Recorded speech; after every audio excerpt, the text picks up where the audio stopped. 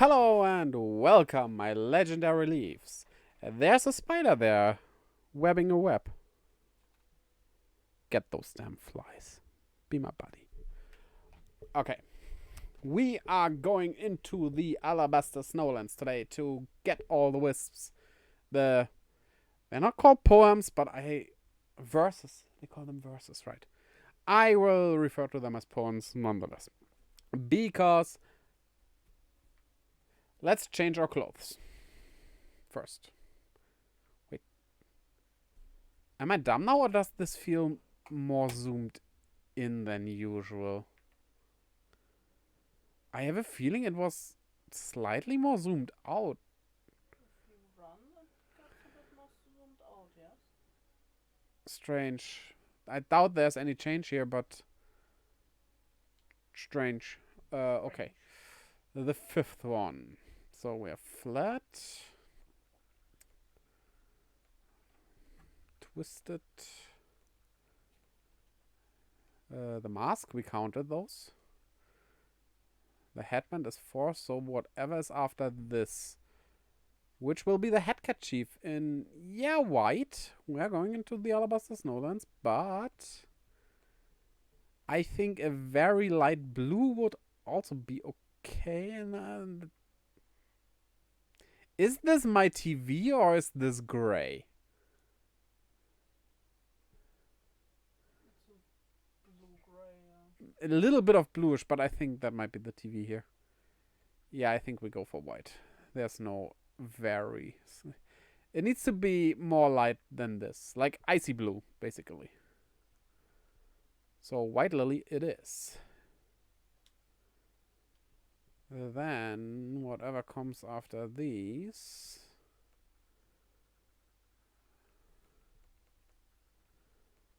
Which are the Pokemon kimonos? No, it's the fancy. That's what they're called. But they could call them Pokemon kimonos. That is astonishingly fitting, actually. Right? I mean, I buy this right away, but maybe there's some more. The colors don't really change that much. So it should be basically the same colors, yeah.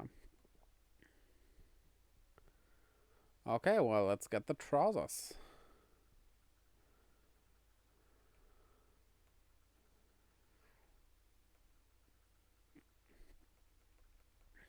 Okay, the fancy one is what we had, so... The snow trousers in white lily, obviously.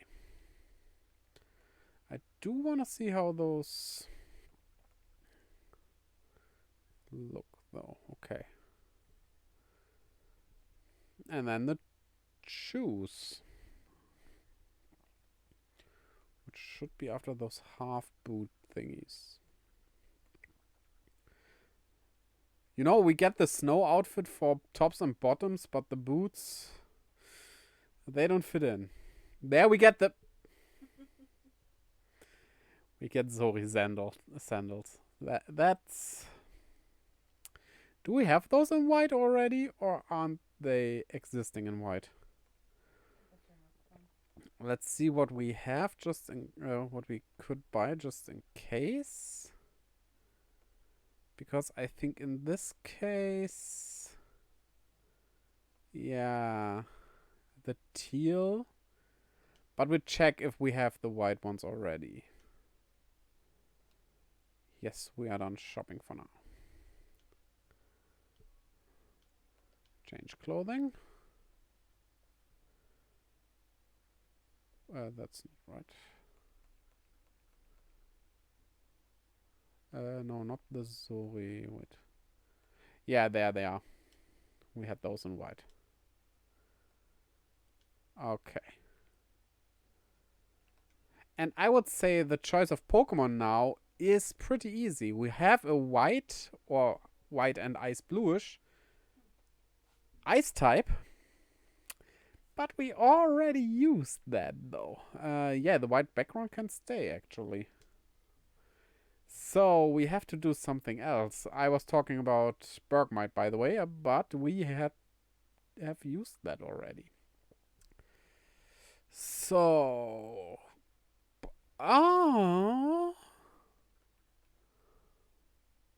Alolan Vulpix. Ice, white. We caught it there. Let's see the other options we have. There aren't much options we have. Yeah, I think that's a very, very good idea. Bye, Bee. You wanted something to drink? Yes. Oh, yes, please, I need something to drink.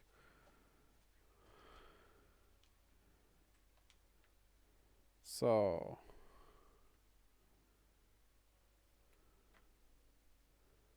I want to stand like this.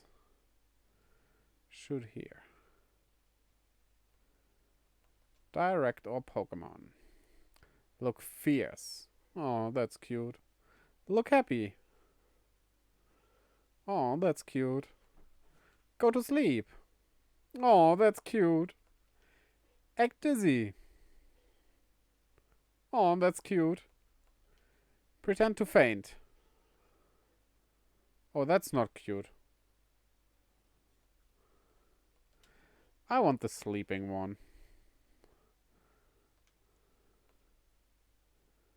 Change our pose.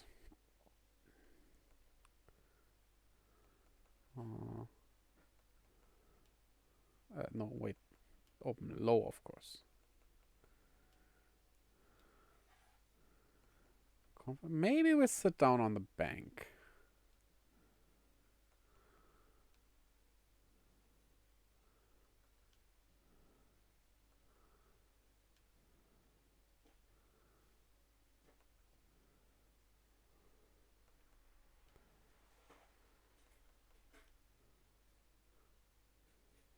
I like this, yes. Smiling.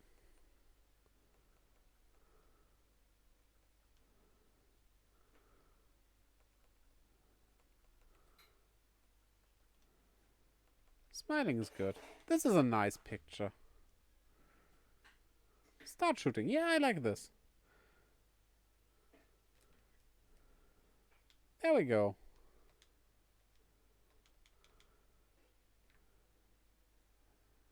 Perfect. So now, wispy woods we come. There are no woods here. Right. Where would Eternal Forest be? I don't think Eternal Forest is included in this. Could be around here, but there's no real forest. Yeah. Something else in the fridge. I'll take something else for Sunday then. That's fine. We have the normal one. Right? Too bad there's no real forest. Oh wait, the thing where Cleavers could be Eternal Forest. Huh. Oh well. We have a mass outbreak of Gabite. So, we don't care about that for now, though. We don't care about Gabite. We have Gabite already. It's gabbing and biting. What does the Ga stand for, even, in Gabite? As well as in Garchomp and Gibble? Where does the name Gibble come from? Well, Nibble and... I mean, Nibble, Bite, and Chomp. That makes sense, but the Gigaga would be a good Pokemon in and of itself. So, until nightfall.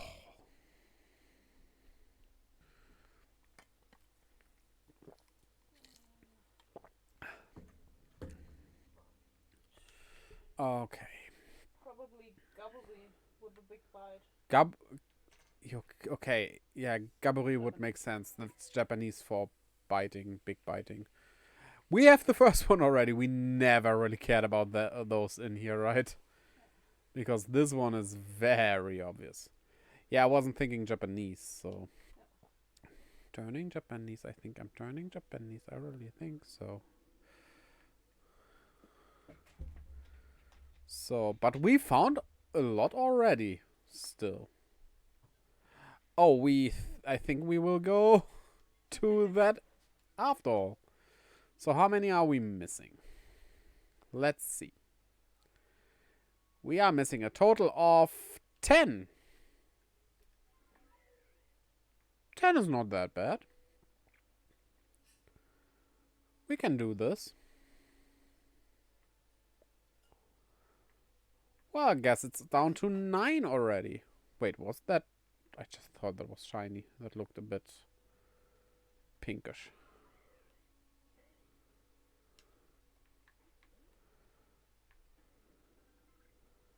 And here we go.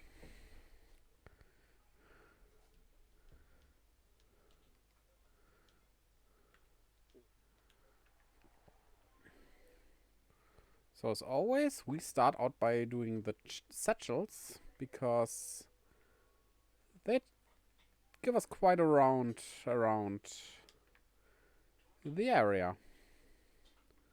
So we might stumble upon some.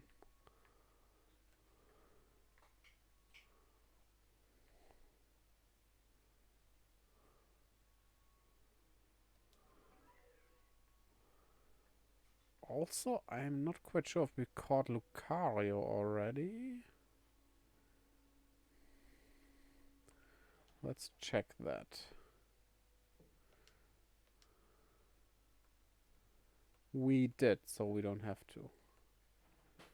The next one to catch would be in here. Snorlax. There can be a Snorlax here. If that isn't here, there's a way more easy one in the first region. I just cannot remember the region names. I'm so bad with those. Normally I don't have a problem with stuff like that. But I don't know. In this game, for some reason...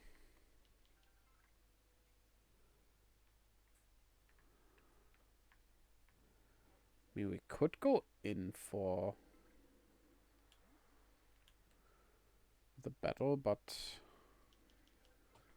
let's not.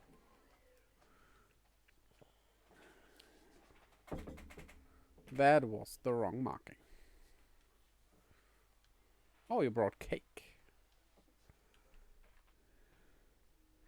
Cakey, cakey, rise and shine. It's still too warm to make. Too warm. Topping. Will you please connect? That would be a strange effect if you put the sound on. Connect? Ah, your earrings. Headphones. Can you even call them headphones? Because they are called headphones because they are not phones you wear on your head. They're earbuds.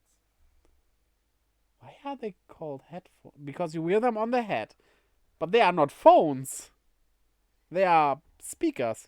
They should be called head speakers. They are a phonetic device. Wait, is head speaker something that exists already?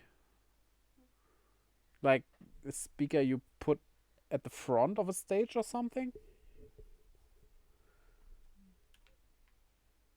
I am totally not into audio stuff, so I have no idea, but would make sense to me. So let's go. Let's go. Ide, ike, yo, yo. Tell me if you remember that anime, or if you have even seen that. That was strange, and I have a feeling we wouldn't like it anymore today. Would we? We'll probably have had not finished it. Oh well. I do know we need Machamp. So let's get Machamp.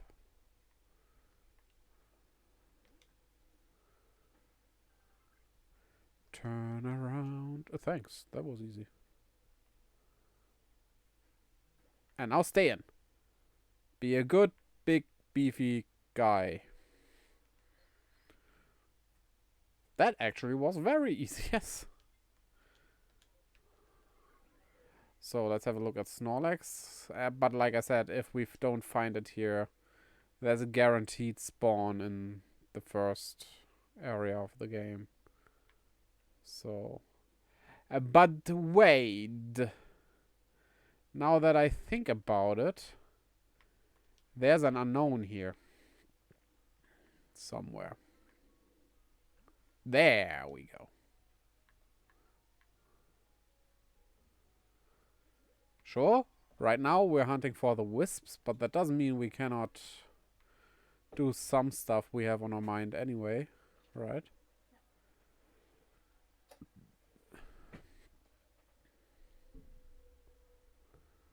So...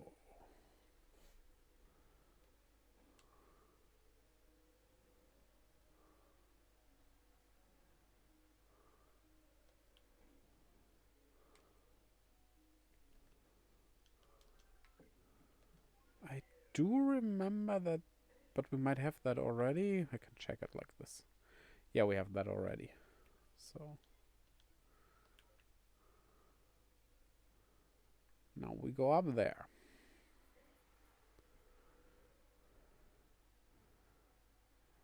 Let's do this.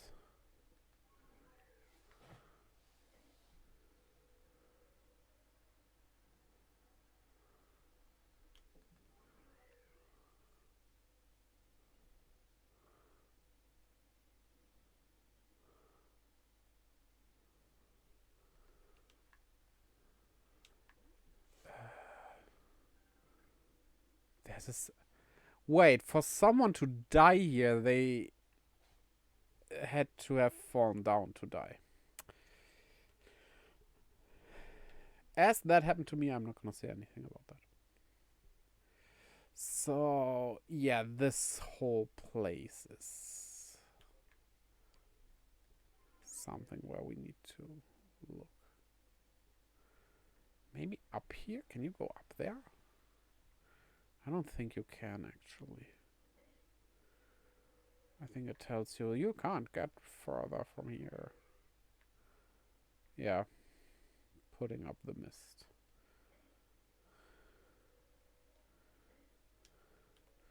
Do we have...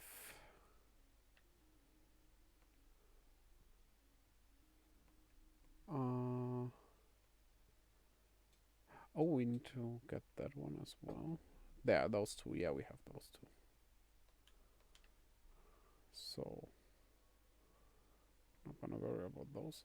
But even if there's no wisp here, there's an unknown nearby.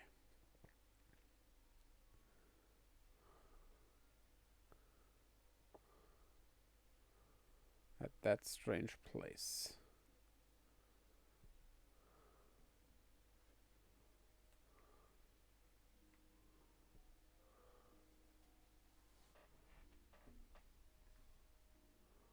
Wait, do we have that already? Wait. Let me check. 3 pillars in a world of ice. Scale the frozen falls. Should be here.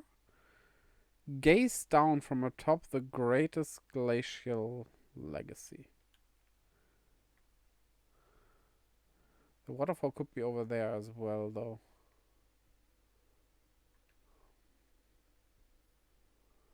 Yeah, might be. So...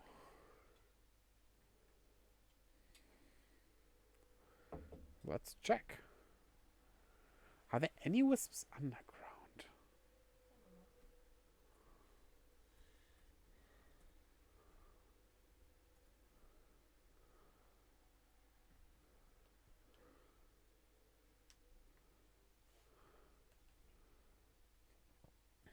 Ah, there, look at that. We found the tea.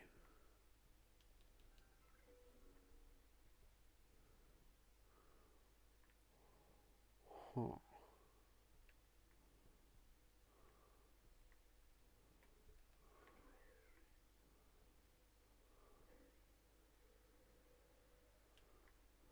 Those. There's multiple that are not in the opening. Okay, so underground they are. Underground and in the temple. Is there one in the temple before I go in there? Yes. Yes. Now, do we have that already? As we have marked that, we have that already. So, then that's multiple? Sure, show me, please. Because you have one there. There's one outside of the temple and one inside the temple. Okay, we need to check. I mean, you cannot really do 2 marks. They're really close to each other, so it's on the map. hard to say, yeah. Yeah. That's the problem with having dungeons like that.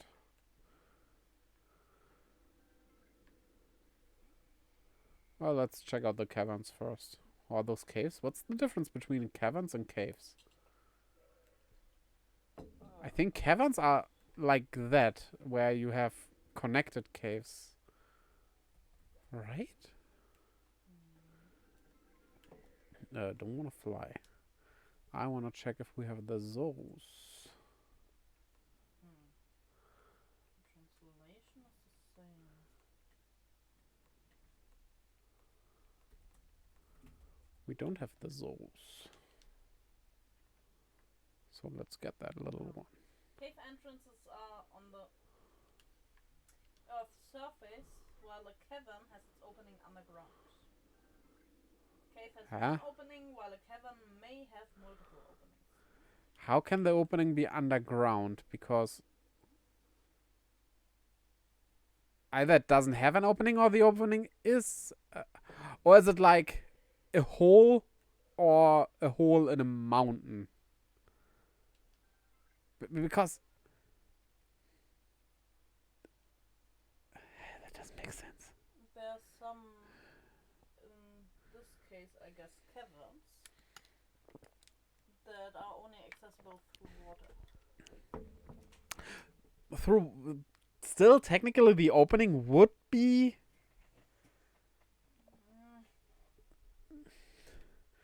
I mean, I would say my definition made a lot more sense. Like, I mean, caverns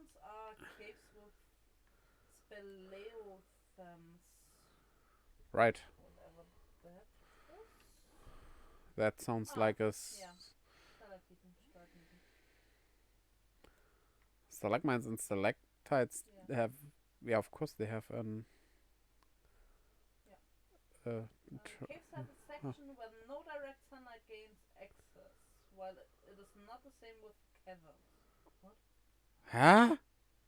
They don't have an opening that's above ground, however, that is possible, and there's sunlight going in. But that would need an opening above ground. That doesn't make sense.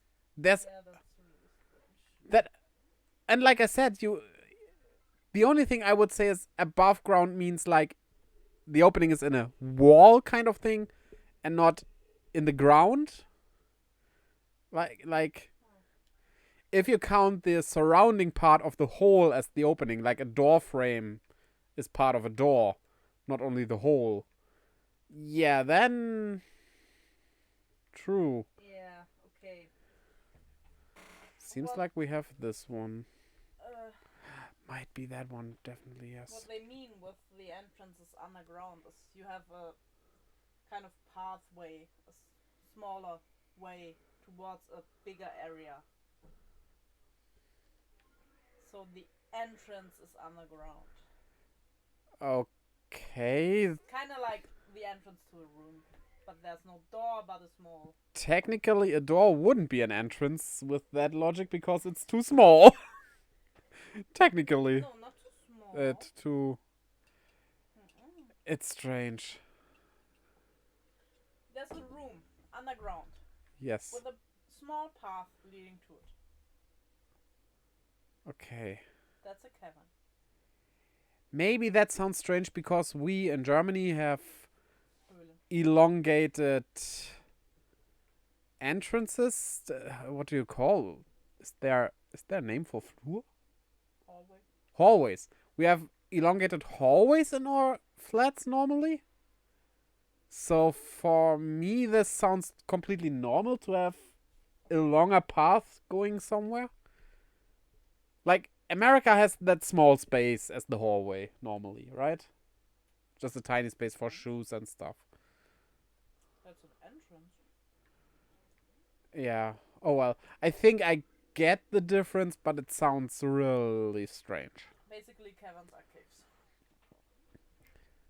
And like I said, saying that these are caverns because they are a combination of several caves sounds more logical just for the only reason that, you know, that you have... Oh, I need Glalie and Frostless. That the word caverns doesn't have a singular, it's only in plural, right? So that implies that there have to be more. Than that they can't come alone.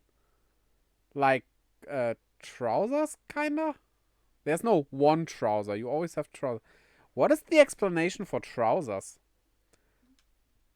Is it like in German where you count the legs? Yeah. The trousers Legs. covering your legs? That's why it's called trousers. There's no trouser.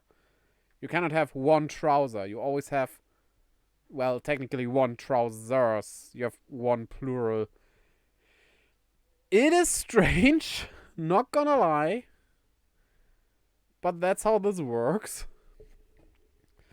Also, does anyone use trousers even anymore? The word, I mean. Because I know the difference is British and English and American English. But I think even in Britain you don't really use trousers anymore. Do you? The problem here is, whenever I watch British YouTubers, and I do watch a lot of British YouTubers, they always say pants rather than trousers. However, as I know from myself, you get very Americanized while doing YouTube. So, that's not necessarily saying much. But that's where I'm coming from, is just what I wanted to say.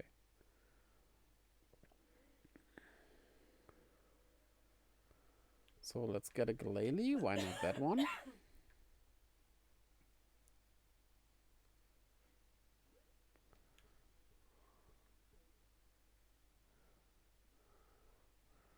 Because that one doesn't want to stay with us, apparently. We have several chances at this.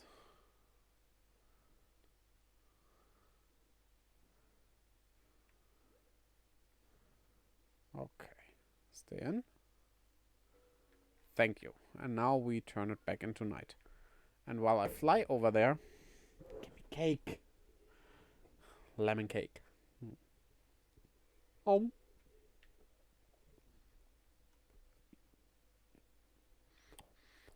That was a bit big for my mouth, but I need to control you. Yeah, break me one into two. That's way more better. And I will not suffocate.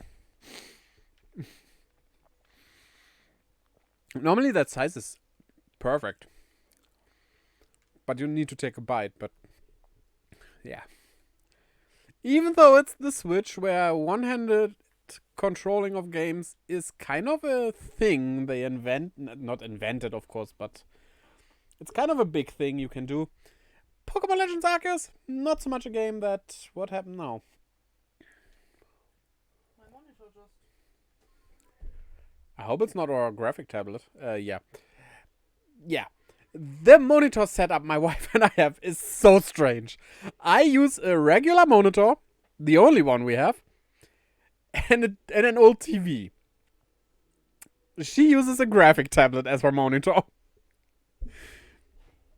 It works, but... Also, we have a Chromebook now. Which is... I love this thing. I haven't used it that much even, but... Chromebooks... I was... What do you say? I forgot the word just when I wanted to say it. I don't mean skeptical directly, but reserved, kind of like that. About Chromebooks as well. That came out totally German. Chromebooks. About Chromebooks as well. I was, yes, skeptical could be. I mean, a Chrome operating system? I don't know. But now using one, yeah. I wouldn't want to have that OS as a PC, but for a laptop?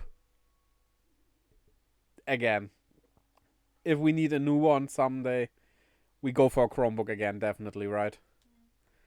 That's awesome. Also, touchscreen and that tablet usage as well, that you can fold completely over, that stuff. So nice. We haven't used the touchscreen though, because we couldn't get... He touched me. Who's that? Is that Kayla? Kyla? Kaya? Whatever she's called? No. That's someone we know? No. Oh well. Yeah, we couldn't get a foil for it. Foil? That's not... A protective... What do you call them? Film? A screen protector, thank you. Me and words again. Yeah, we couldn't get a screen protector yet, and... Well, get a screen protector for your phone, your laptops. You should, really. You should. It's better. Trust me. For a monitor, yeah, you don't need it. That might be a bit too much, but... For everything that you can carry, I would say, right? I even have screen protectors on these here. Were they on cam? I don't know. On these. Why is my cam so junky? I don't know. Ah, there it is. Turn on performance mode again. Yeah. Yeah, on my fitness bracelet and my vital bracelet, where you can see my Digimon. Yeah, it's upside down because I would... Really... Yeah, okay, you can't see it. I would need to break my hand, or my wrist rather. Or no, my elbow actually. And maybe my shoulder for you to see that not upside down, and I don't think that's worth it. It's fun. The vital bracelet really... You need to exercise so that your Digimon can grow. And that motivates so much.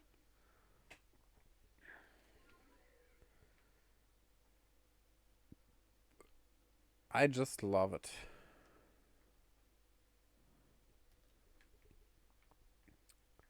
So, get that. I guess we need to go inside the temple. But here outside might be one as well. Also, shouldn't there be one at the waterfall here? Yeah, there is a wisp. We saw that just there. But an unknown, maybe? I think it's the other one. We just haven't seen it. I think I just missed it. We'll check that after the versus, which we do next. After we got all the wisps. Don't mind me eating cake while I do that, though. It's really nice and spongy.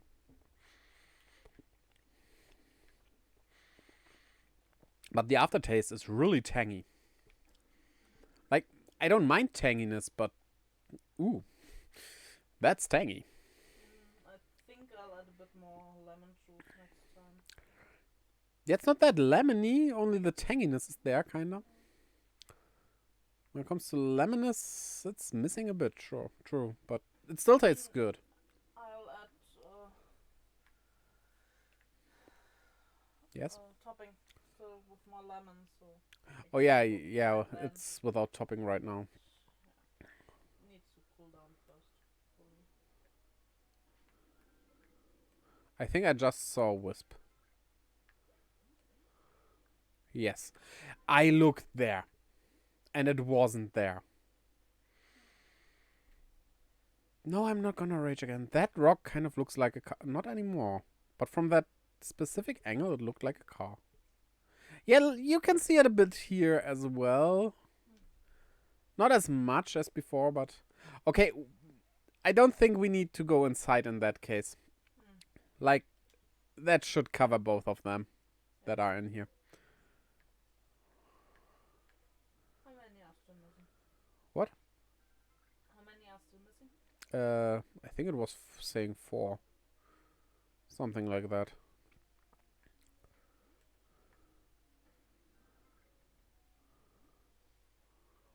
So...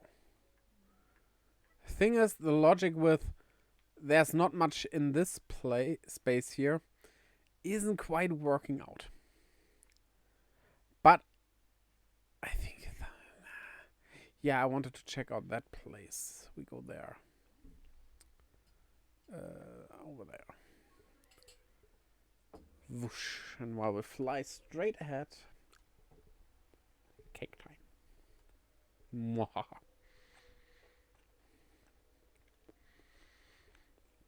By the way, in Germany, we have a distinction between the 2 types of cakes there are. Okay, 2 types of cakes might sound strange because you think, well, there's chocolate cake and stuff like and velvet cake. No, like there's Kuchen, which is this sponge cakes basically, and there's Torte, which is the cream cakes, what do you call them? With a lot of cream. You don't bake those. Well, technically you bake the base, but... Layered cakes and stuff. Layered cakes. We call those Torte.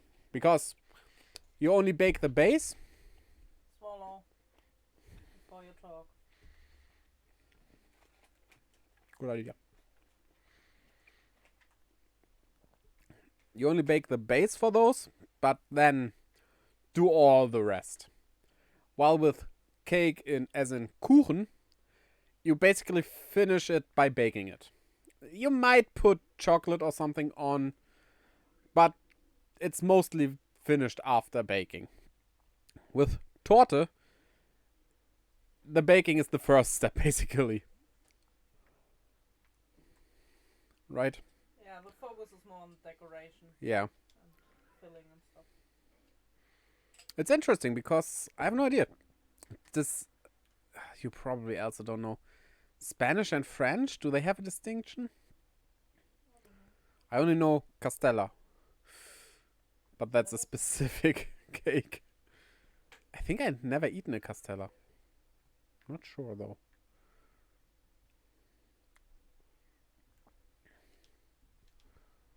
I mean, there's no reason for me not eating a Castella, but I think I never did.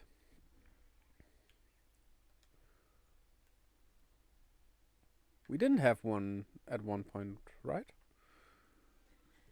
I wanted to make one, but we never did.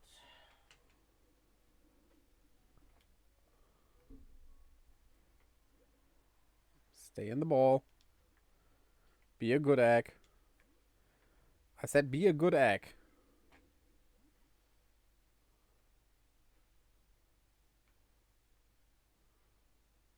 Okay, let's try this again.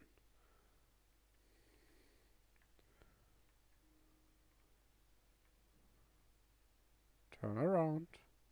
Perfect. Stupid stone. Also, I totally not threw at the stone, but on the side of it, but the game doesn't realize that. We don't have the big ones of those, so... We got it! Okay. We haven't found anything. We need to go turn it back into night.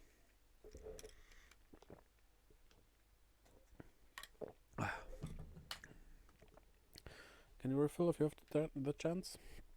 Thank you. That seems like quite a luxury to other streamers, right? Not only do I have a mod sitting right beside me, I have a mod that also refills my cup when I need it and brings me cake. Well, when we think of Giggles, his wife is there, downstairs, not in the same room as watching Love Island, right? Yeah. I mean, I wouldn't mind you doing that as well, but you have stuff to do here, so... If you wouldn't have anything to do here, yeah, get on the Chromebook and... The modding is good that you do that, but... Other than that... I could do the things myself, technically. That wasn't what I wanted to say. It's just that if you do it, I can continue playing. To entertain you folks.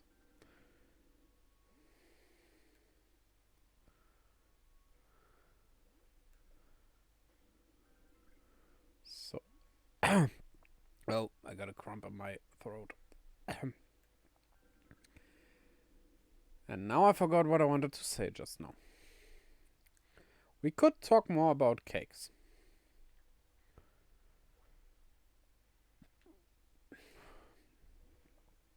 Cookies as well are a lot different in Germany, right? Yeah, there's different kinds. I don't know how well known in America or England stuff like butter... No, butter cookies aren't the same as butter cakes, right? I think... how would you explain those? Forget about that. I have no idea. How would you describe a butter cakes? I mean, it's made with a bit more butter than other cookies, right? Butter? Butter? Butter, okay. Butter. Mixing in my northern Germany dialect into it. Oh, I wouldn't even know how to start really mixing northern German with English. That which is strange because northern German does a lot of stuff English does. But how would you mix that? Really? Huh. And other question, why would you do that? because it's fun. Is it fun? Or is it not? Okay. Let's check here again. There needs to be an unknown here still.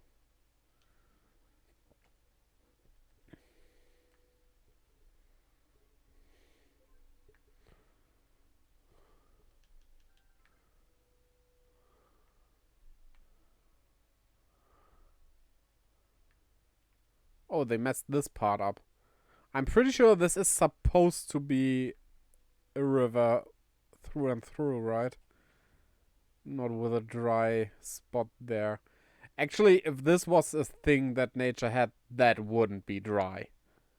That would have broken through there already.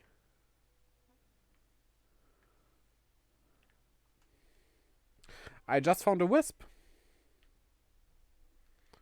So...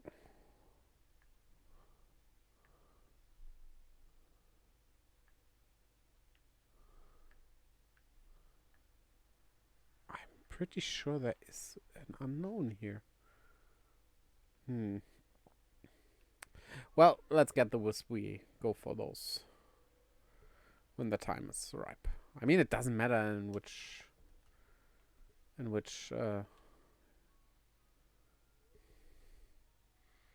I'm blinking out again. Okay, 3 remaining. In which order... Oh, gosh damn, that's such a basic word. In which order we do those, but... yeah.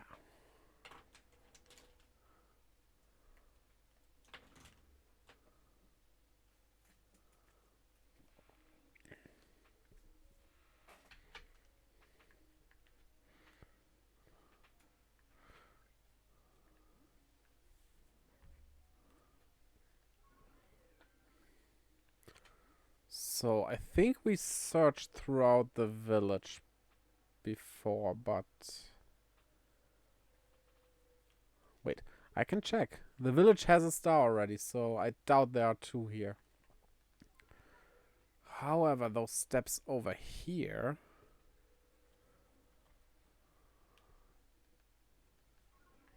they might have something for us. Maybe I need you to hint me some things. I'm kind of out of ideas. I mean, we were in this cave, so that shouldn't be...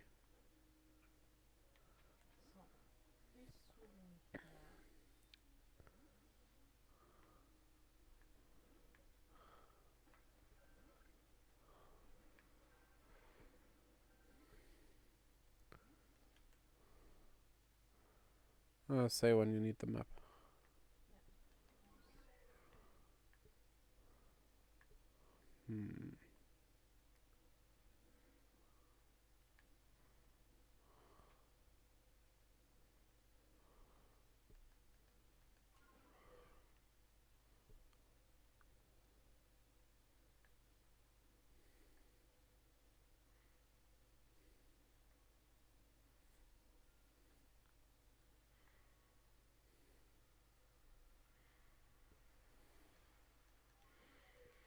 Pretty sure there was one at the hot spring, though.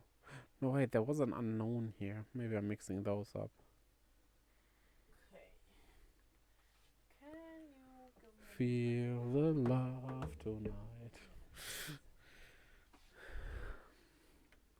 I'm cleaning that up a bit.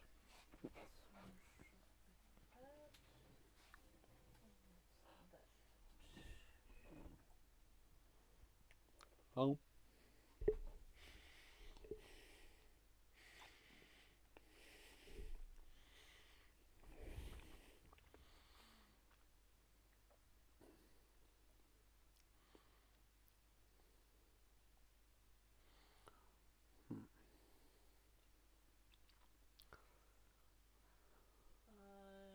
You're flying towards one right now. Oh, Bit okay. farther south.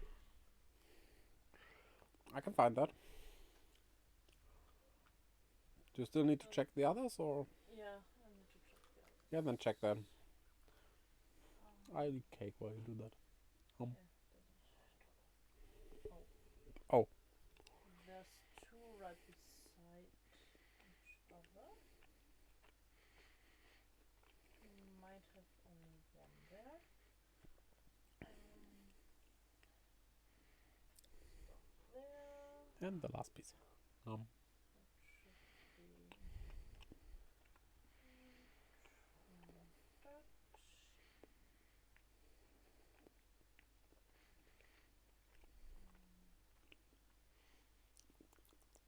I think you're missing this one. That one and that one.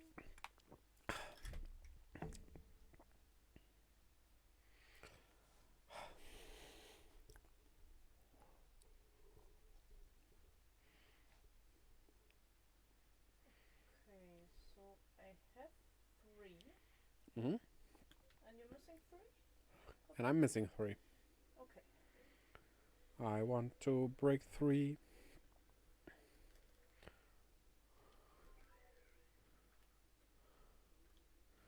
I want to break 2. No, it doesn't work anymore.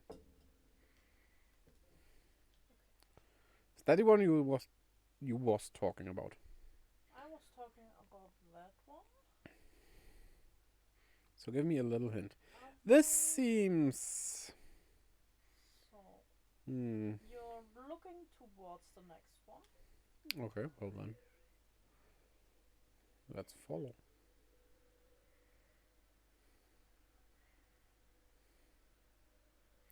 I think they would be so easily findable without a guide if the draw distance wasn't that... I would rather call it clunky than bad, but... Yeah. You know what I mean. Okay, so the next one. You need this. Oh, you need the map. Somewhere else. Yeah, I wanted to give you a direction. So it's northeast from here. Northeast. Yeah. It's near one of the stars. Okay, near one of them. Yeah. So it might be underground, or, as I checked underground and found nothing, it maybe is above ground. Check.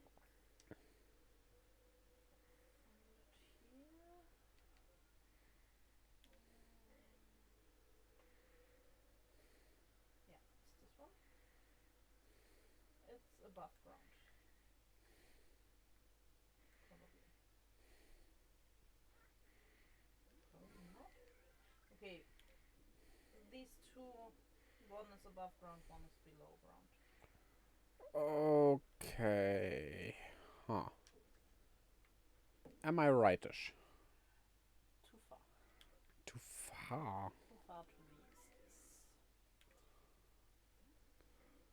yes. So around here, you say? Yeah. This looks like we have that. So it's probably underground then. Maybe. It's hard to tell. I mean, we weren't all that much underground, so... I hate getting into these holes. Would a ladder be such a problem? Well, you can technically climb down. But getting our climber out for that small step down is also kind of... feels time wasting. Well, let's do the old labyrinth trick. And just keep on the right side.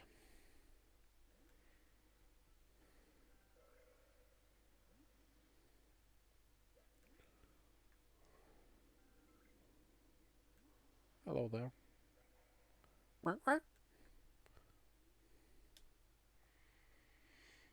That stupid stuff again. So I just deleted the star, so let's do it like this. The poems, which are called verses. So we check those out. We have 1, 2, 3, 4, 5, 6 and 7 are missing. Those are the first missing. 6 and 7 are both I mean, all of them should be here, technically, that we are missing. Number 12 is here as well. 8, 9, 10, 11 and 12 I am missing. 11 is Colony Highlands, but it's at the temple. Ah, right. We couldn't get that. Right. That was that problem. Okay, 4. 4 are here. Wait, what was the other number? 6, 7, 17. 12, and 20. We're missing 17. Ramanas Island. Why don't we have that? We have missed that. Okay, we don't have 20, so we're missing 4. I just want to know one thing to make it a bit easier. Is one underground? I don't know. You don't know. Because I don't have screenshots, I only have the map. And it doesn't tell you. It doesn't tell me. I don't tell you what I want. In a cave, according to the name, so I guess it's underground. No, I think I know which cave they are talking about, so... One is a cavern. A cave and a cavern, yeah, that's underground then. But, wait, there are no caverns here. According to what we found out, it's not a cavern. Oh, we have a space-time distortion. Let's check that out. After we searched the cave. Right? Because they are just holes in the ground. That would make them a cave. Or is there even another thing?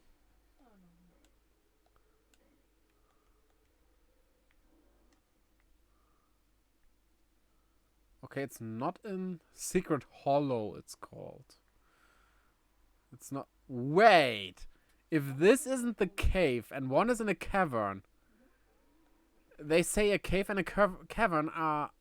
They call one of those a cavern and one of that a cave, even though they are the same. They both are a hole in the ground with several big rooms inside. So... Cerebi doesn't know what the difference between cave and cavern is. No. Nintendo doesn't. Or Nintendo doesn't. Or Game Freak. That's the official names.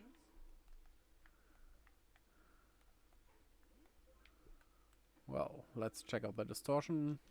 Mainly for evolutions.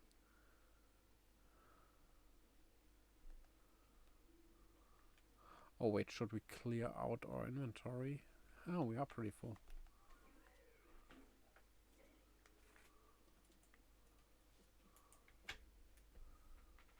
Okay.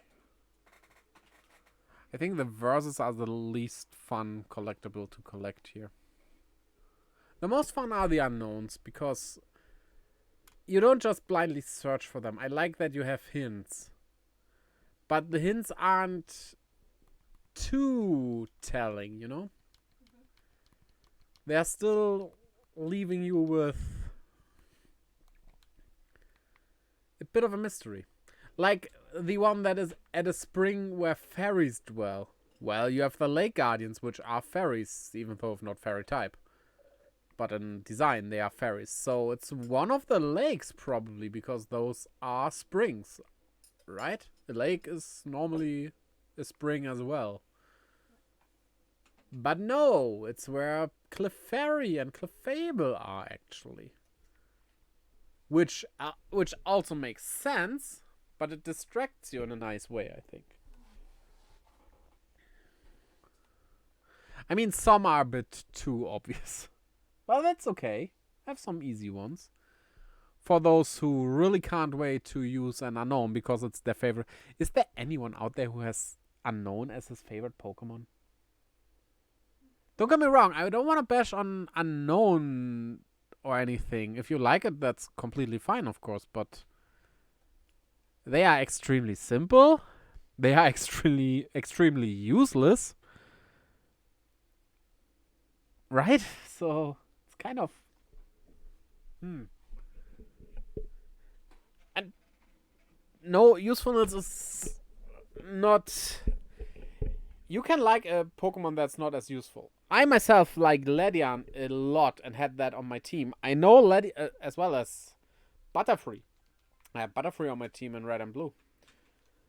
I know they aren't really strong, but I like them, so I put them on my team.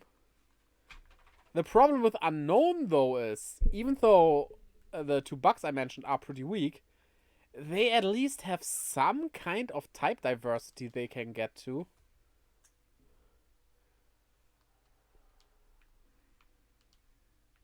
Right?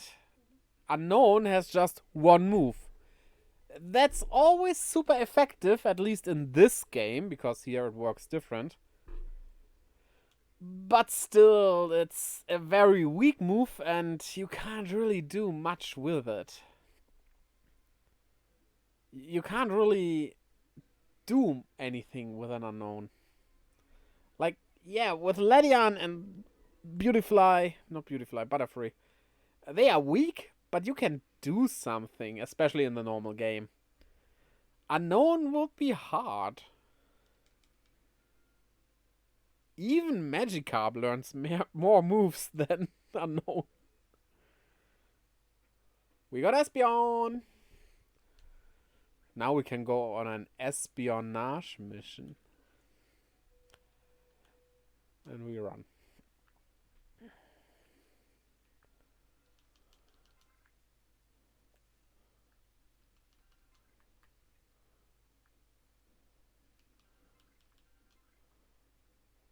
What are you doing? Too bad there's no grass in this place.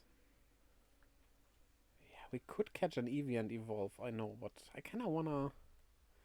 There are like 2 or 3 Pokemon we can't catch at all. Do we have you? No, we do not have you. Yeah, that won't work. Yeah, a few Pokemon we just cannot catch. Especially as, yeah, I want to catch most of them, but I'm not counting on mass outbreaks. Well, maybe I will. They're easy to trigger after all. But I think, like... And yeah, we evolved some. But I think there's no way to catch...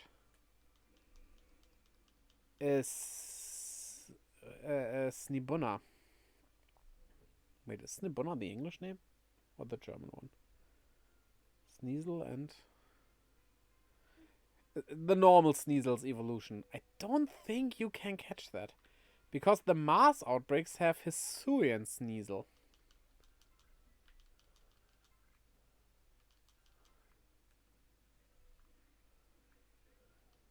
So, yeah, I think that's one of the uncatchable ones.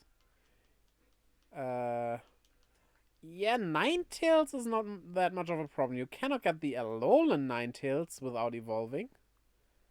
But you don't need to. So we won't. Because, I'm not gonna lie, I have private use for my living Dex Alolan Vulpix. Because you only get 1 per playthrough, so I'm just trading it over from here. Not gonna use it here, so why not use it like that? I think a lot of Poketubers or non-Poketubers that play Pokemon sometimes do stuff like that. They just don't talk about it or something. I bet if you would ask, like, I don't know, MNJTV or Pokemon 7 or Purple Cliff or someone, they would probably transfer some of the Pokemon to home or something. I don't think it's uncommon. Maybe they totally don't because they just don't. But I don't think they would say they wouldn't do it if there's something like a shiny they want on Pokemon Home or something that they caught on stream.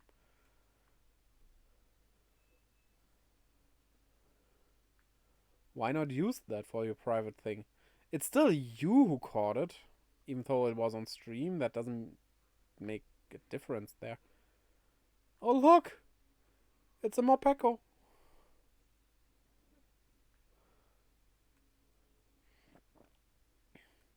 Imagine if Pokemon fusions actually will be done one day, and there would be a fusion that fuses all Pika clones together.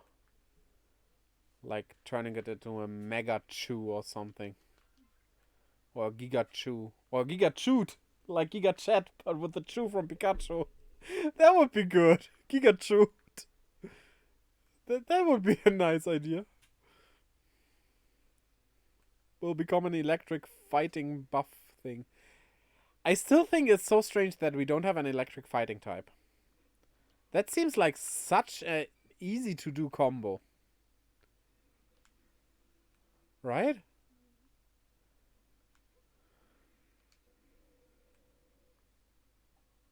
Especially as I think Electivire could easily be an electric fighting type. Right? It has fighting-y looks. I mean, it's hard to pinpoint what a fighting type actually makes a fighting type. Like, yeah, some are obvious, like Machamp, because that's a wrestler. But then we have other fighting types that aren't like specific martial arts, like the Swords of Justice, for example. I don't mind them being fighting types. I think for like fighting types, great idea, do more. But they are not a specific martial art. Why did I turn it into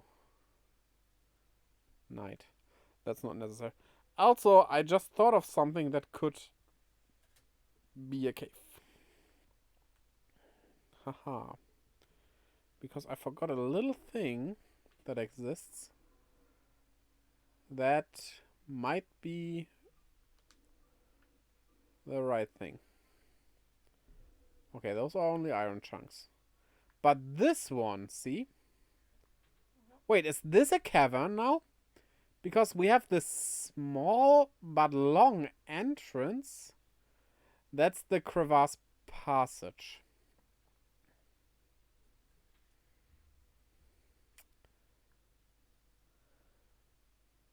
What? Now I'm confused. Just a path. I know, it has a little room here. That doesn't count. I don't know. I didn't make up that definition. Also, did you say that we only have one distinction for cave and caverns? Only Höhle? Translation for both is Höhle. But we do have another word. Hmm? We have, what was it called?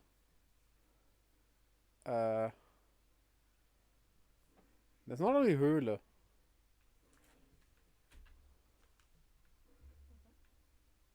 There's... Damn it. Look up synonyms. My goodness. That bugs me now. Oh, that bugs me in German is fun as well. Because we technically say the same thing, but we specify the type of a bug, or insect, I should say. Because in German we don't say it bugs me, we say it worms me. We specify it to being a worm.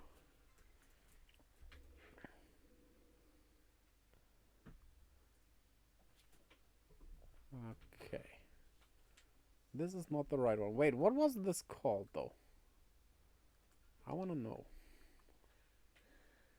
So, what was it?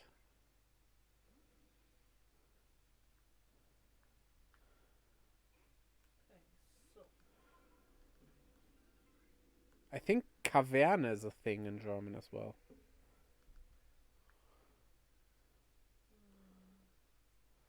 So what is the... Grotte? No, Grotte would be something... what would that be? A grotto.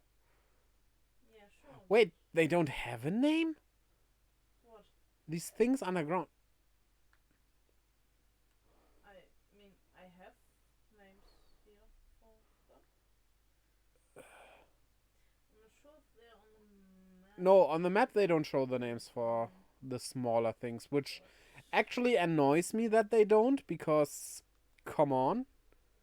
Navigating is hard anyway, as they don't give you a compass. Which they really should. I mean, right? Even PS1 RPGs had that. Come on. No, I don't mean a grotto. Really anything else? What am I thinking? I mean, we have Caverne, which would be caverns, I think.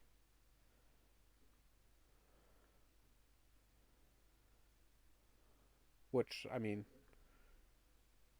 due to the similar sounding name.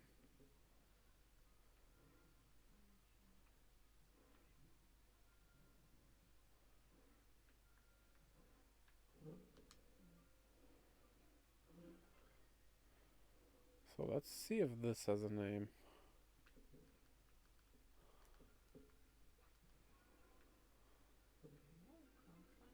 Okay, ice column chamber. What? I'm running out of... There's one in the cavern, in the whatever cavern, and one in the whatever cave, right? Yeah. Now, that one thing didn't show a name. This is called chamber. Where are you right now? Show me on the map. Yeah, I think I need help for those two, because I am so confused. Far in the south. Is it around here? In this general area? It is. Okay, this one is not too far. It's top left of Whiteout Valley. So northwest. Yeah, I'm gonna check. Also, I just thought of one thing as well, but that is a tunnel. Ouch. I hate riding Ursaluna. I really hate riding Ursaluna.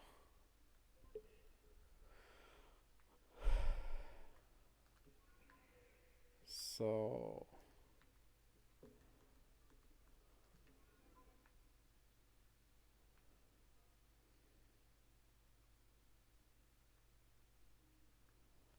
Now I want to know what that tunnel is named. Because we have seen that the other tunnel is called a passage, which, well, tunnel, passage, yeah. True. Makes sense. That's okay. But this tunnel, that's not the right tunnel. We can get to that tunnel here.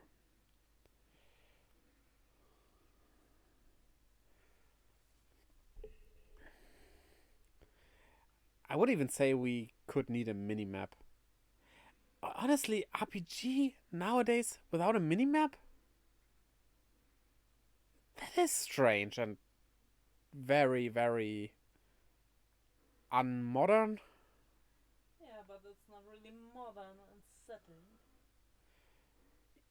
Come on. I hope Scarlet and Violet have mini-maps. So this is a cave? Why is... I don't think Game Freak has any idea what caves are. This is a tunnel. Yeah, it has that little indent maybe, but... Right, this is a tunnel. We got 6. So this was called Hibernal Cave. Cave now. Okay. What would hibernate in here? There's something else in here. A bug. A bug. Yeah, small. There aren't many bug types in this game, right? Wait. I need to check. Could it be that there are only like 2 or 3 bug types here? We have the Wurmple line. Sorry, I need to check that. We have those, okay. And those. Okay, there are more than I thought. And then we have, of course, Scyther. Okay, that's not that. Yeah. Okay. Didn't say anything. The second one, the cavern one, Mm-hmm. is to the west of Avalok's legacy. I know exactly where. It's the thing that without a name. Where it didn't show me a name. Maybe... I don't know, maybe it bugged out? There's an entrance here. Let's use that. Doesn't matter, they are connected. Wait.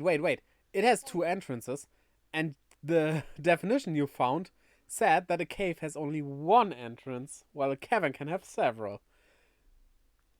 Wait, those are caverns. It's a cavern, yeah. Doesn't show up the name, though. Show me on the map again. Wait a minute. Let me follow this. Okay. That's not to the west of Avalok's legacy. Yeah, that's because I entered from the other side. We are moving towards that place. You really go that far here? You, somewhere around here. West. It's on the other side. I even used west because you can't distinguish between left and right. And now you're going to the east? But there's no cave or anything like that there. You sure? Because apparently that area is called Ice Peak Cavern.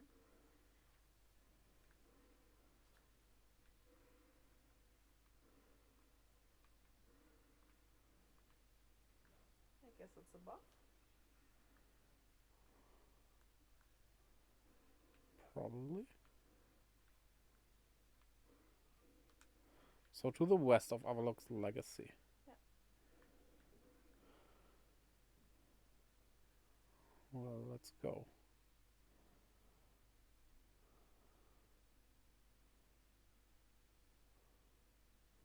But where's the cavern there?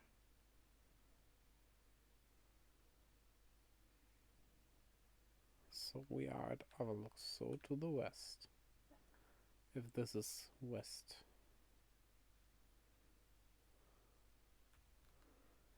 That about right? That about right. Ah, I got a trace, though.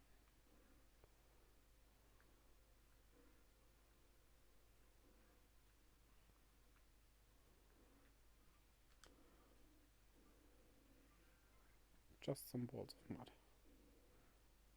There's a forest there, but there's no cave here.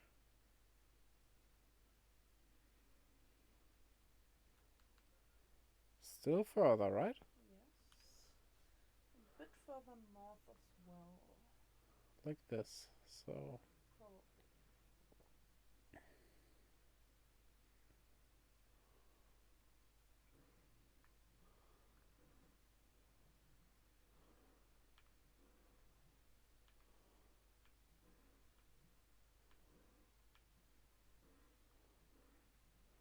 I think we found it. It's just under us. But we entered that hole.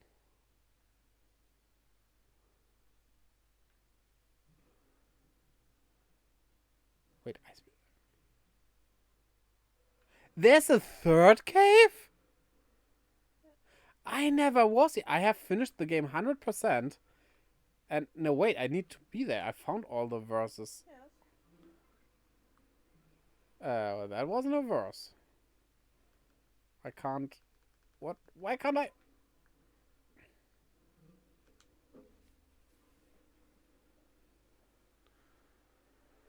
There's a third one? Oh well. We found it. 2 more to go. So. Yeah, I don't really... Want a general area for this? A general would be okay, yeah. So, show me your map when you're outside.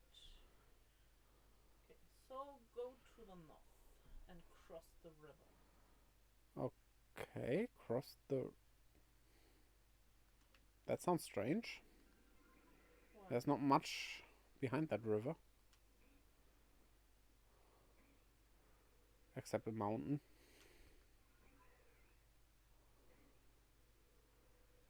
Is there one inside that cave thingy here? No, it's outside, I'm pretty sure. Yeah, there's nothing. That's. Where are you? Yeah, you're on the wrong side. Cross to the east. Oh. Then I should have gone to the northeast, not north. Sorry. Boing. Don't complain. I'll tell you directly. That would be so not good. Show me the map again. Wait. I think you're not far enough north.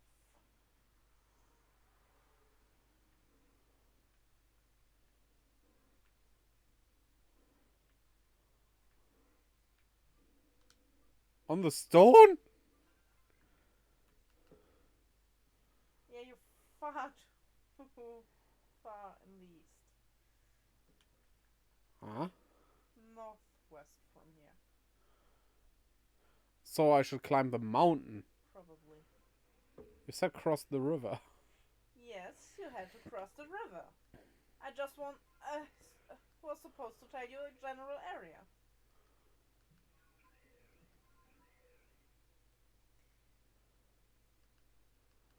Just climb it. It's so annoying changing these. I know that's such a minor thing, but I don't know. It just is annoying. And then they stop working properly because they suddenly turn into something else for no reason. I don't get the system behind those. I think I have it. Good. Number 7. No, we don't read it now. Take some time until we read those. Oh, we're close to one more.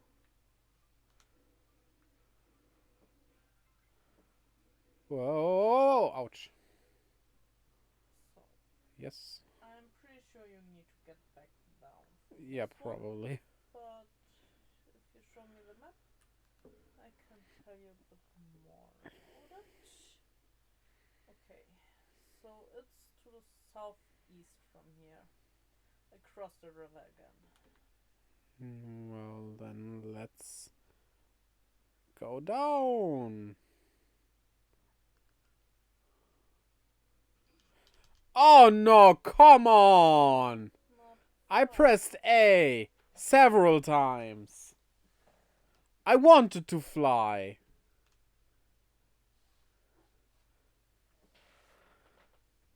I wouldn't even say it has input lag. It doesn't register the inputs sometimes. That's not the Switch. That's this game. I have that problem a lot. So yeah, from here on we can find it, I guess. Show me again? Should be around somewhere here in that general area. Probably Heart's Crack. That where I would have searched for. I don't think so. But look around. Yeah, I will find it now.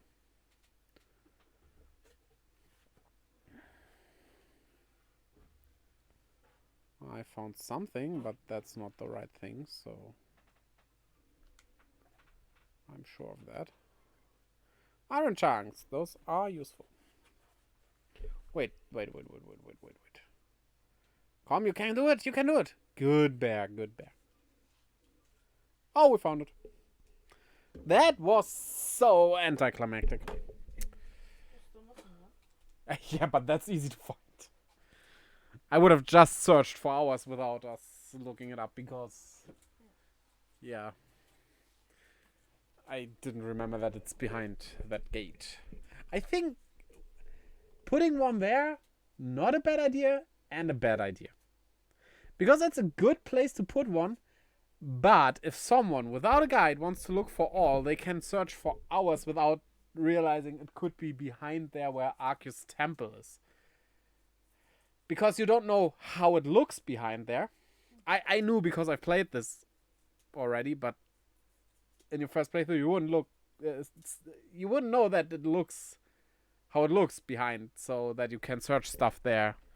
You would probably think, yeah, that's more like you get to the temple and there are maybe some cutscenes, stuff like that, you know? So, yeah.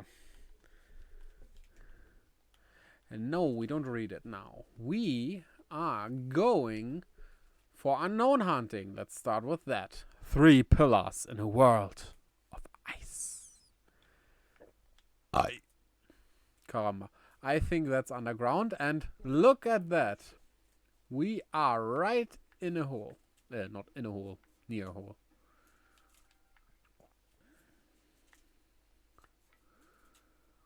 We are not on a hole, though, because that would be a brand deal that I couldn't accept. So 3 pillars of ice. I think this looks like 3 pillars of ice.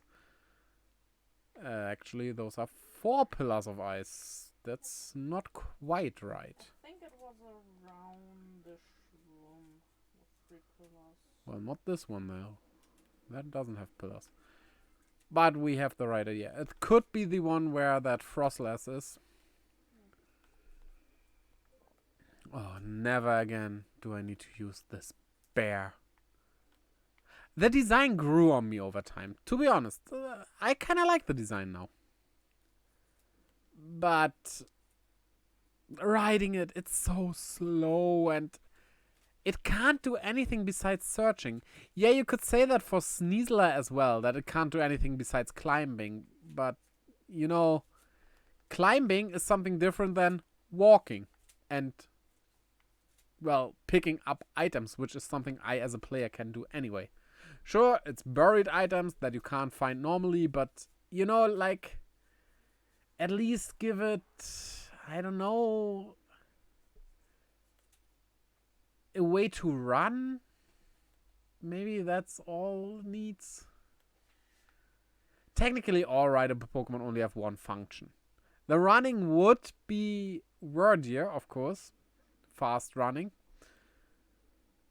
And you have Braviary with flying and the fish, I forgot the name, with surfing. And well, digging is what Ursaluna does. So technically it makes sense that it doesn't have anything more, but I don't know, give it something to make riding it a bit more fun.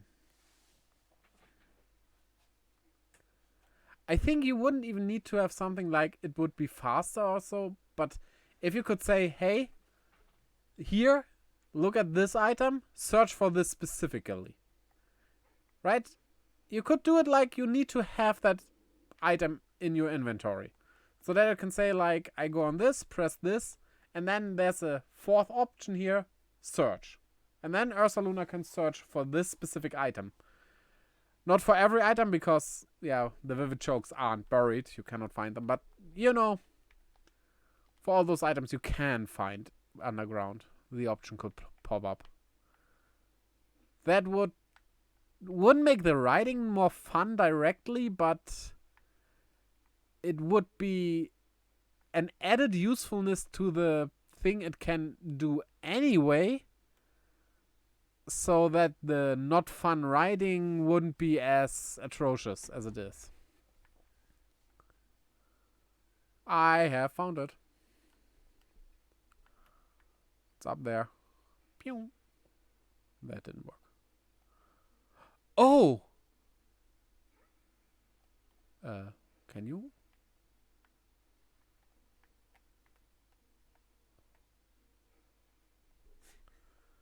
Go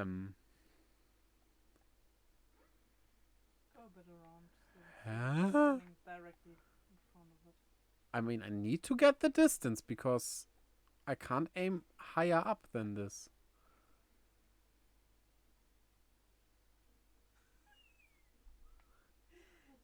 You're still missing O, right? It's not just an error that it's still here.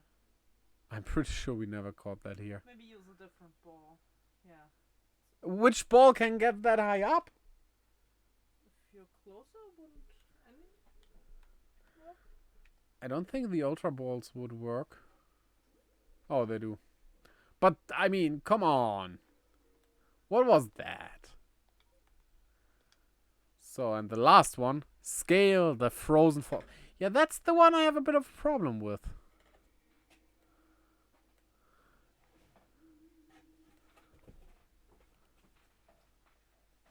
Maybe you need to look this up.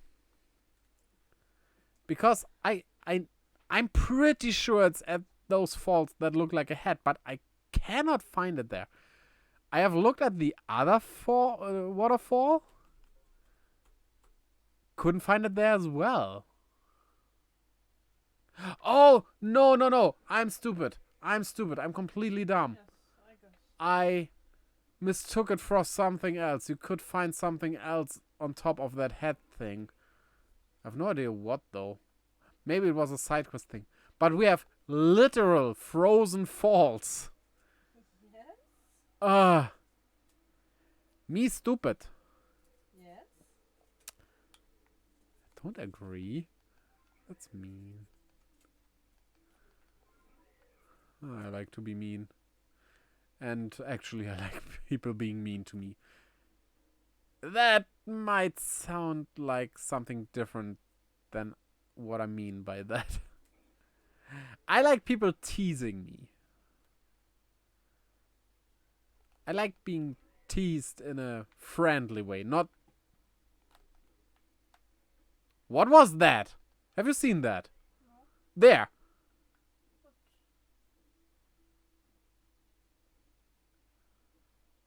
It's a shadow. That's a shadow of the sun. Probably. No, I don't think so. I think that's an item or something that's It moves. breaking. Yeah, the shadows move And with the sun. okay, That's it's moving normal. opposite. I'm pretty sure it's just an item somewhere. Should be up there then. Yeah, I think there was something. No way.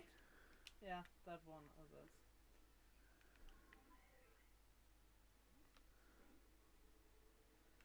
Don't tell me it's gone now. It probably is. I can't even... Oh, look, there's our unknown. I can't even complain that much. Shadows are a bit tricky in games, right? Yeah. So it's kind of... It's not that tricky. Yeah, but Yeah, it's but easy to oversee stuff like that. No, they could have done better. We have seen more than. Okay. And that people is why I tell you, even though Scarlet Violet looks awesome, don't expect too much. It's still the company that did this game. Great game with flaws. And Scarlet Violet will have its flaws and problems. It won't be as hunky-dory open worldy as you want to be. Enjoy it.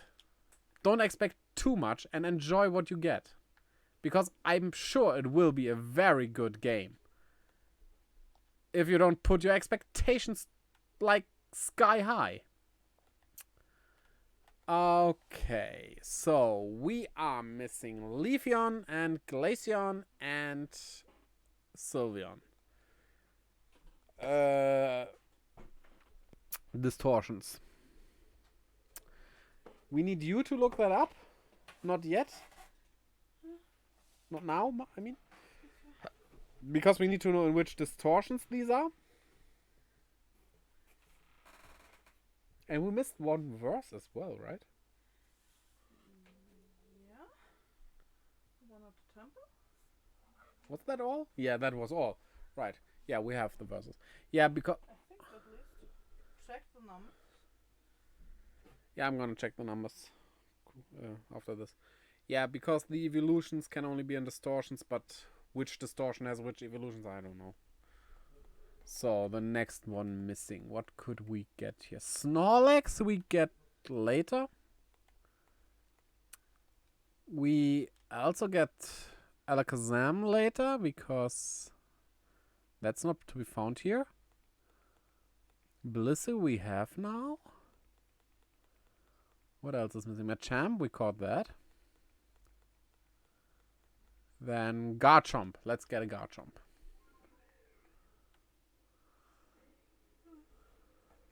maybe could take a while. Okay, so Leafeon is an obsidian field lands. Okay. Glacian? Glacian as well. Because it would be good to know if one is here, right? Or we can ignore the distortions. We need to go back to obsidian. What about the Icelands? Okay, so we have to search for Glacian. What about Sylveon? Let me guess. Sylveon is in the beach area, Cobalt Coastlands. No, obsidian field lands. Also, both are in the obsidian. Yep. That's perfect because there are 2 Pokemon we need to get there as well. Nice. Makes this nice and easy. So this could take a while. Damn it, I thought if I say that it stays in right away.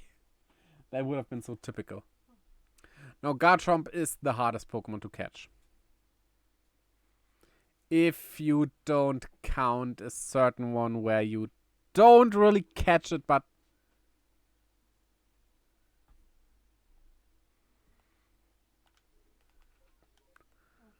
it just lay itself to sleep. So the versus. 17 was the one. 17 and 11 are missing. 11 was the one in thingy.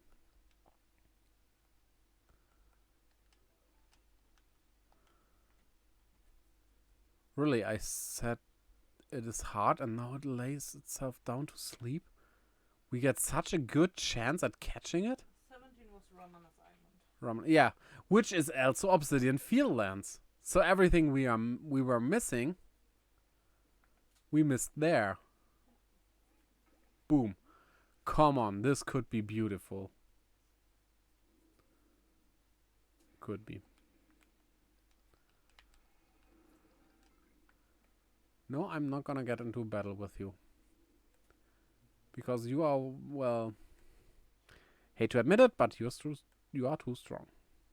I don't like this Pokemon. Gonna be honest. But I know that it can be strong, and they made this one really strong. I think it's higher level than everything I have. I think it might be level 80. Check it. I can't get that near. That close.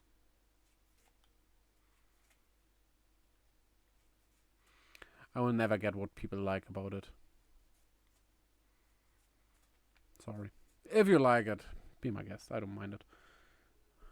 Like what you like. No problem with that. But I think it's ugly.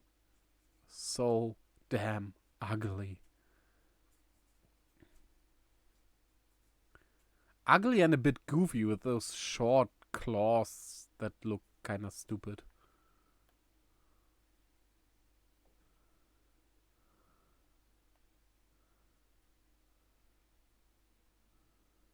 Okay, turn your back to me.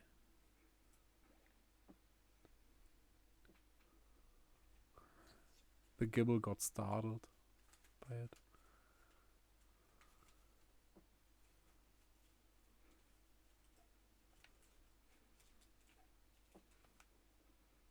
Damn it. The distance where Pokeballs actually work, that's a mystery to me. Sometimes it feels shorter than other times.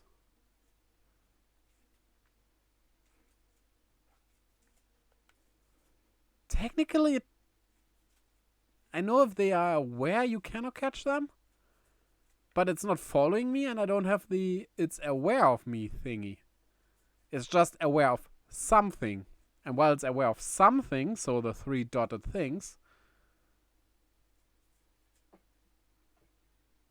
it's still catchable.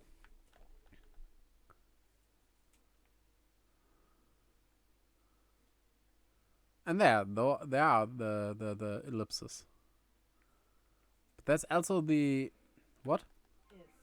Ellipsis is the 3 dots. Right. That would be singular. You're right. Oh no, I'm turning into Hobbylos. I have problems with singular and plural. It's a German podcast where one of the guys in the podcast says that fish aren't animals because you don't call them fish animals. Okay, that's a very German thing. Because we call mammals sucking animals? Säugetier. Tier being animal. But we don't call fish animals. And that's why they aren't animals, is what he was saying. Which would also mean there are no bugs and birds and lizards are all not animals. So only mammals are animals. I mean, he realizes how stupid he is, at least. That's more than a lot of other people do. But yeah. The podcast is really cool. If you speak German, check it out. It's on Spotify. It's called Hobbylos. If you know German, you know how to spell that. And if you're a fan of Hobbylos, you are a lobbyho. Oh, can I say that on Twitch? Should be okay.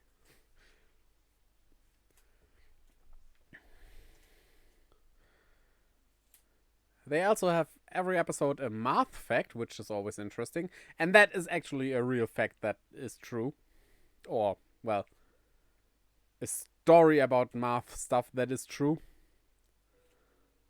It doesn't necessarily mean that the thing said is true. It's just a true story about it.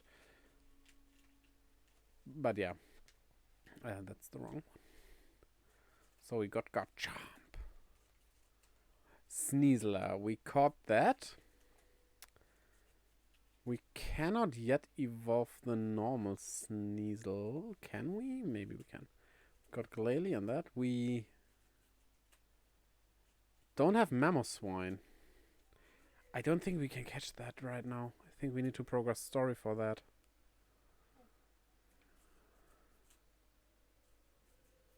Huh. A space-time distortion. Well, gonna check on Mamoswine though.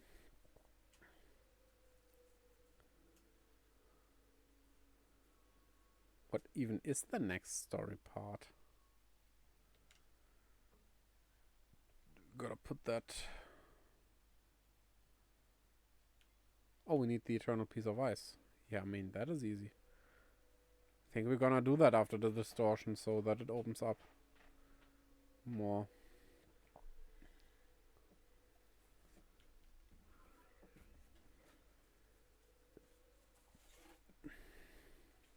So Mamoswine would be here. Where it actually is, so maybe we don't need to progress story. We will probably progress story today as well, but we don't need immediately.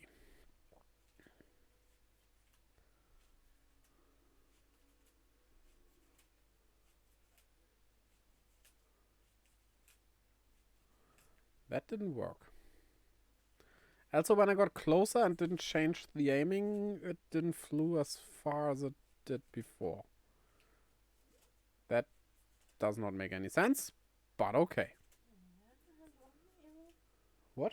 It wasn't even corrected in the what sense? Wasn't it? It didn't fly as far. It flew. Right. No, wait, flew is the past tense of fly. Yes, but your sentence structure didn't require the past tense. Didn't? It didn't. Oh well. Come on, stay in. We still are in a pandemic, so you have to stay inside.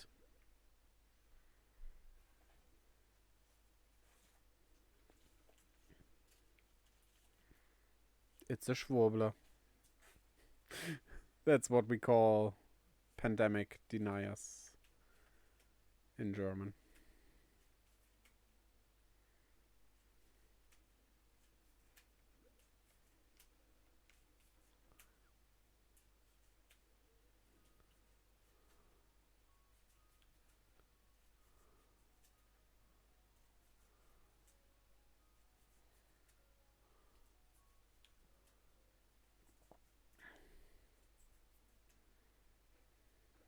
Yes. Got it from behind. Okay, the distortion appeared. We need to go in there. ASAP. So we come back to Mammoth Swine after that.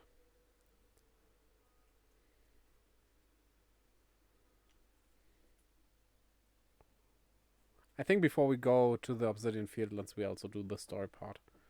As long as we need to do it here, just makes sense, right? Yeah. While we're still here, why change places?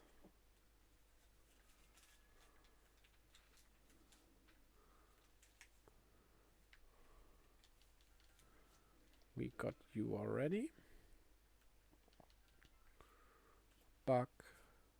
We got you, Buck.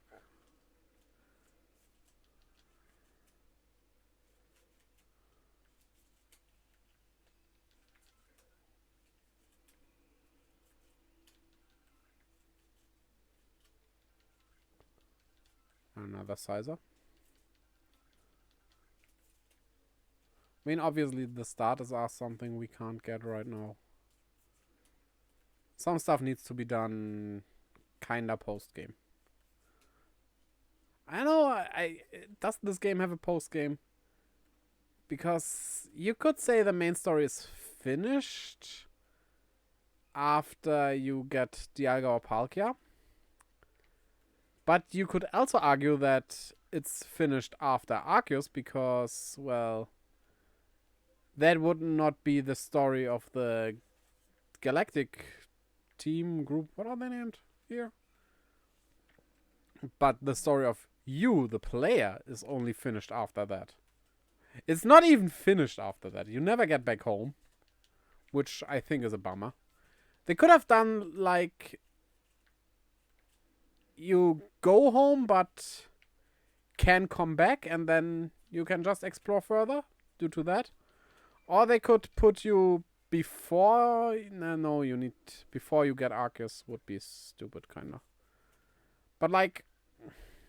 You could trigger going back some other way, and then you can be placed Yeah. going back. Just, like, ending the story of me getting back home. Because, I mean... You are obviously the main character of Diamond and Pearl. So you have Pokemon waiting for you there. The sad thing is, you leave behind the Pokemon from here. Doing that. Why did I die? What? Huh? Nothing even hit me. Something hit you. Something hit me? Yes. But I wasn't even... At least there was the red lightning-y stuff around. Okay, but still I wasn't harmed, so it kind of one-shotted me. What the...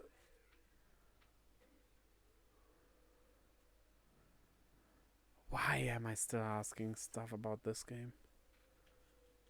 That's the thing I hate about the Pokemon games.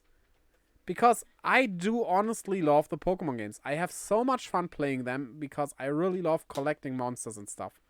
And training monsters, all that. It's one of my favorite genres in general. But when I talk about them, and other people as well, it always comes down to the flaws, which are... Well, they are there. Every game has its flaws, but I don't know. They stand out so much while not being that bad, honestly. But every time you talk about Pokemon games, it always feels like people would think you don't like them. Right? I complain so much about this game while having... Complain about everything. Yeah, but not as much as in Pokemon games. We did never catch Snova or Abomasnow? I guess. Lol. Okay, I have a place where we can catch... Where we can catch both at the same time. Or one pops up right here where it normally doesn't, and we can just go at it that way. Makes it even easier.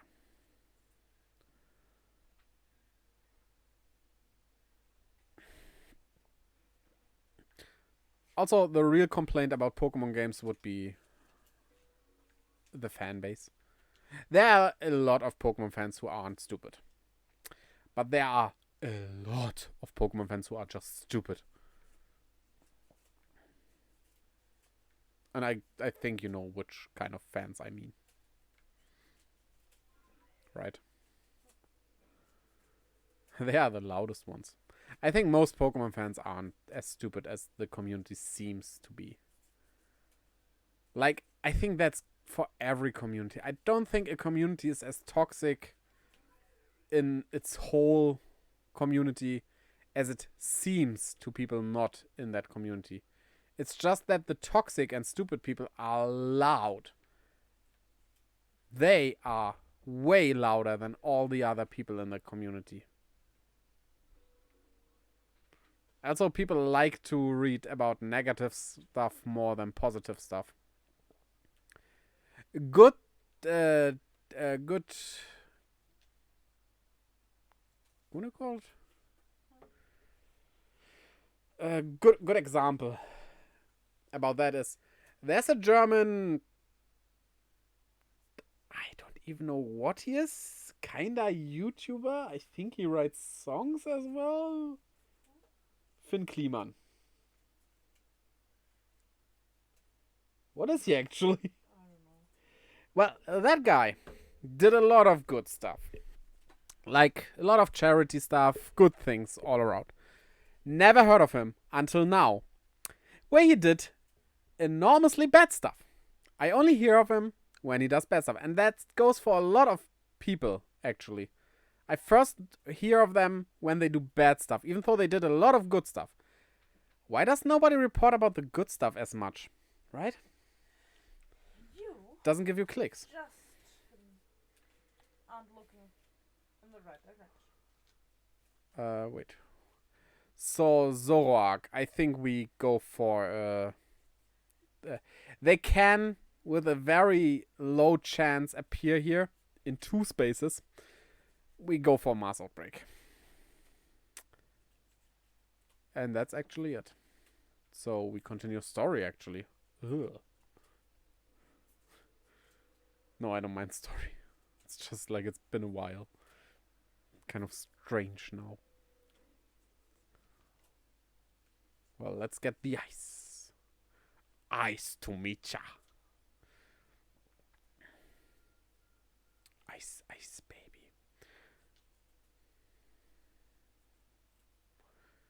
Your ARC phone is beeping. Huh? What? Normally, if your phone is beeping, you don't just put it away and ignore it completely. Especially if it's a phone bestowed upon you by God. She just ignored it. What does it say? Told you it's here.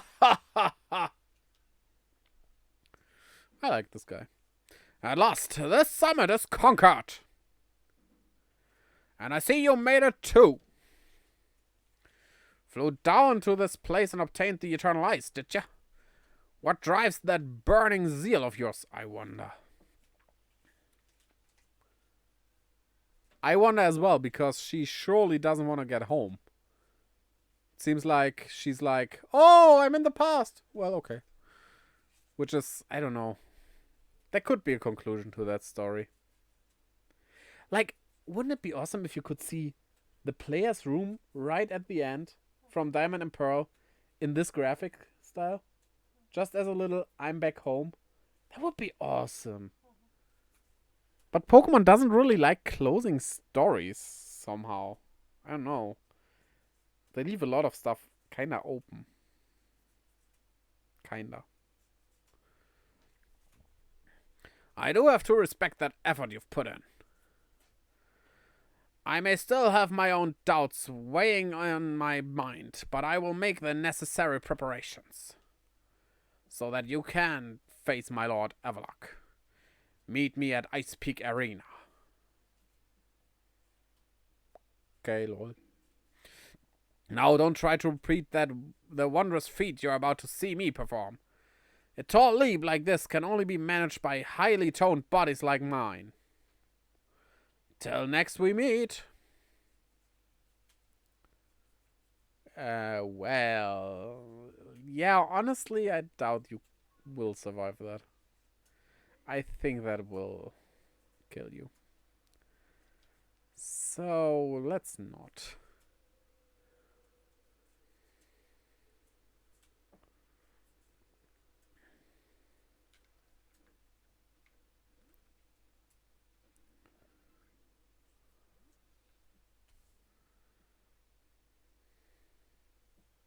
Why, if it isn't Legia?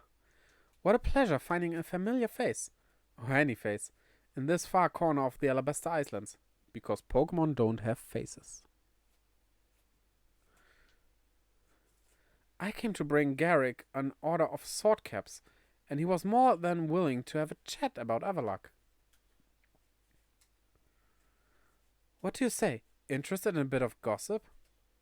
Absolutely. And why wouldn't you be? So, Avalok, yes? The fifth of history's nobles. That he is. And you know what? He's an absolute beast. Well, yes, according to what I was told. Not only does he barrage you with chunks of ice, he also fires off massive icicles, and he can cause sharp ice crystals to erupt from the ground below you. No way, the ice Pokemon using ice moves? I would have never guessed that. I mean, if it was something creative, but that's the most typical stuff you do with ice in games like this. Doesn't that seem a bit too powerful to take on? What's more, apparently the Avalok of old could be up to 100 feet tall.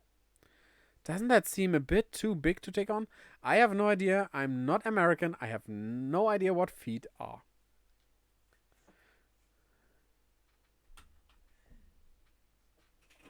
This is a foot. Yeah, but not a feet. Oh, you'll be alright. You just have to eat some sword caps, then give your training your all. Nothing better for building muscle than that. Onward now, to the arena. Yes, well, I did want to see that Avalok, but perhaps not at the cost of my life. So I suppose my freezing digits and I will be off. Your freezing digits. My mind goes to places when you phrase it like that. Huh? I'm thinking of like 21 digits. Why? I don't know. Because I have a dirty mind.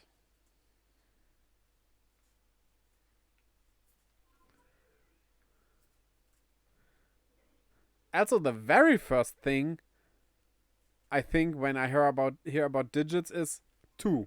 Because 0 and 1. Like in a metric system. There are more digits than that, but my mind is strange. It also cannot read some sentences, but only sing them.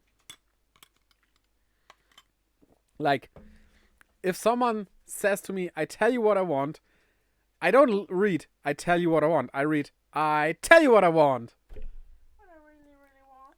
That's just how my mind works. And I think I'm not lonely with that. I think a lot of people might have that. So, we are to quell Avalok as you wished. In the end, the strength of your feelings won out. Or maybe your real strength comes from the way that you walk among both people and Pokemon. Did the strength of my will win out, or was it just me doing stuff without caring if other people care about what I do or not? Like, okay, you don't want me to do that? I don't care, I'm doing it anyway. Kinda was more like that.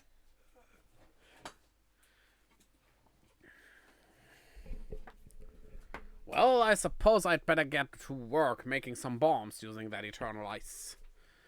I've heard how they are made, and with muscles like mine, it'll only be a moment's work. Wait. Okay, now we go. No, what I was wanting to say. If those are supposed to be... What's Napf in English again?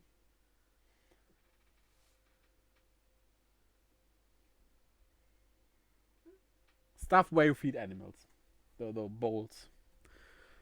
For animals. What is the word? Oh. Bowl. Yeah. bolts for animals. If these bolts are supposed to be for Everluck, at the place they are standing and at the size they are standing, how could it get the food out? That's not possible for it. It's too big. Also, where does it even reside with that huge body? It couldn't really go anywhere.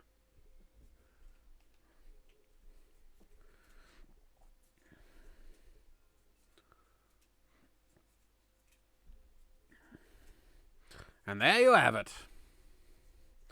If you truly wish to quell Everluck, then walk on. The path lies before you. But know that Everluck will hurl chunks of ice at you without relent. You'll need unrivaled dodging ability. I'm going. I'm good at dodging.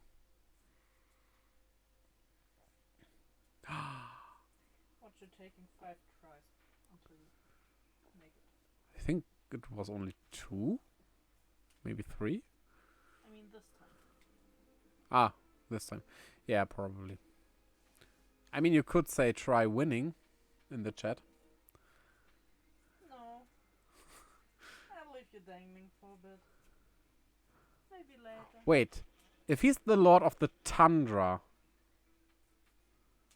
is there also a Tund and a Tundgar?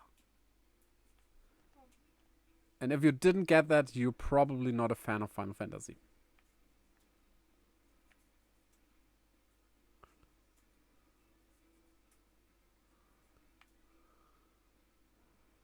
So dodging, huh? So far I don't need to dodge.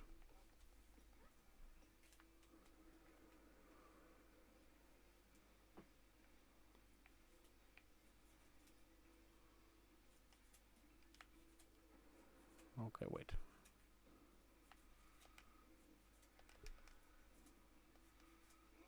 Ouch.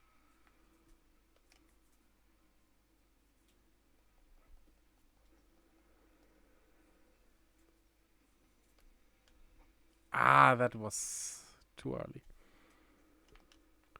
I would send in a Pokemon if I could stand up. Thank you? Why were you laying down like an hour there?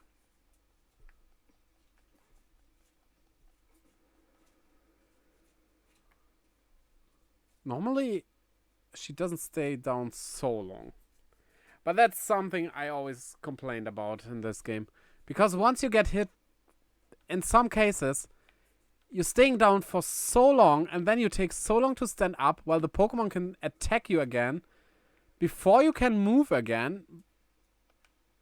But your hitbox is active, so you basically are dead with one hit. Even if it takes several hits.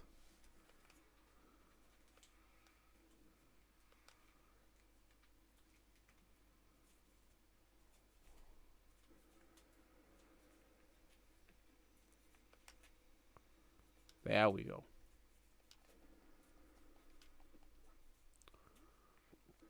Okay. Big small boy against big boy. So, well, we do have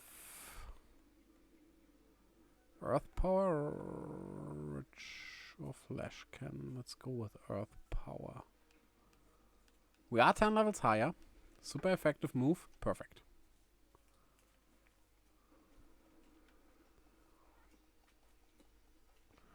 I'm gonna do this first try.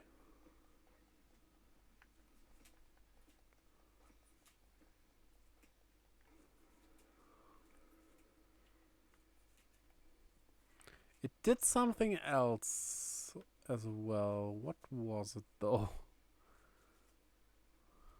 I think that was something with the icicles it shoots. Yeah, that it does already. It's his third attack. No, fourth attack. It does these ice stalagmites. And then it shoots icicles. And after that, the beam.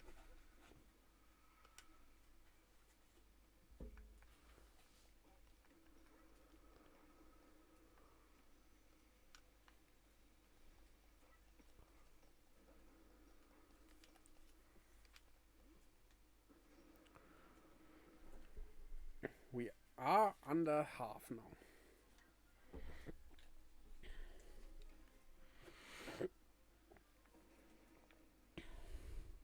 I mean, one-shotting this is kind of strange, but RPGs are all about numbers.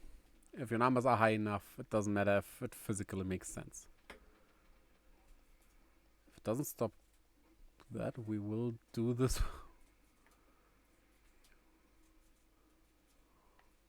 Alright, it mixes up now.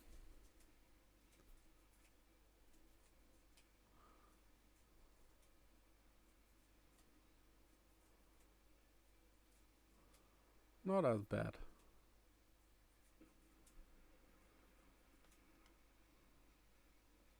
Alright, it does this.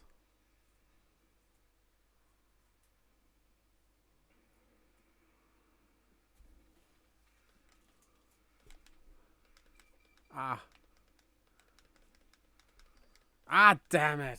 Didn't do it in one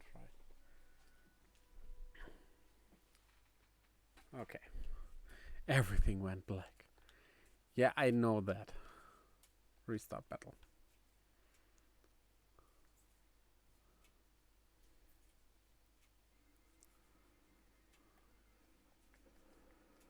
But honestly, after Arceus, this doesn't seem that hard. Arceus is actually challenging. To be honest.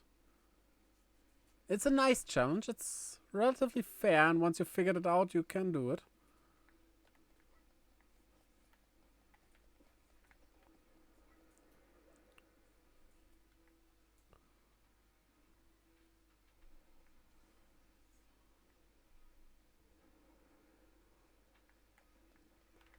Whoa, whoa, whoa. It's already doing it.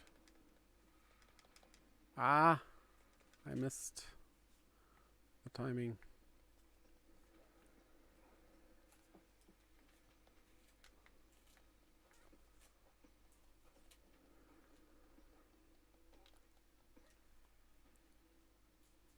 Wait. Why? Oh, damn it. I threw too late. Oh, well.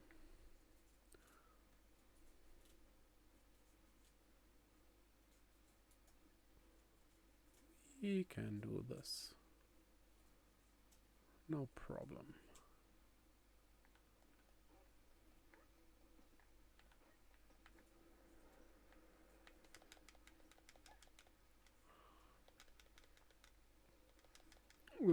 Don't stand inside there.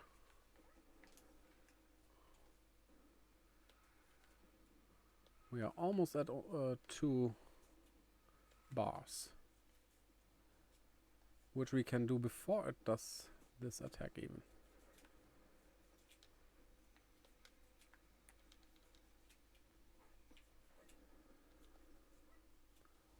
There we go.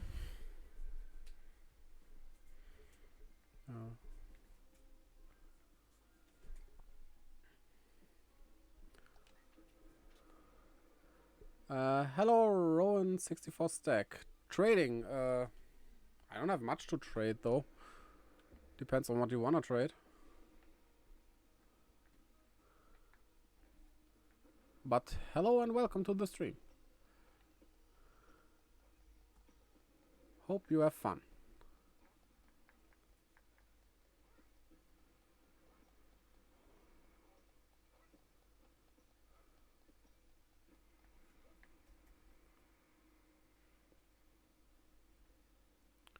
If it wasn't for those icicles it does as well, we might get enough shots in to not need to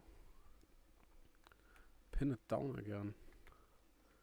Maybe we even do.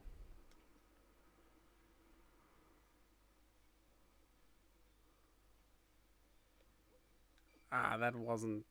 No, that didn't work. Too bad. Oh, wait, why can't I... Oh, I won. That's why I couldn't move. Okay.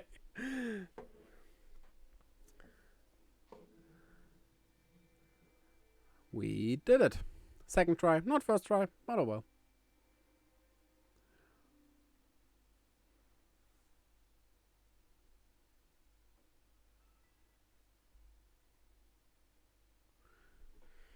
mean, I would be up to trade. Depends on what. Like I said, I don't have anything special. So, yeah. We got the icicle plate.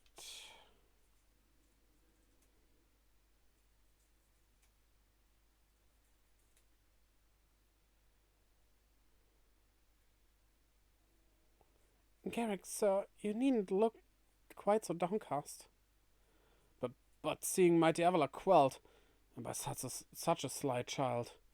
A child that fell from the very sky. Yeah, isn't that kind of awesome and way better than the climbing you do? I fell from the sky and live.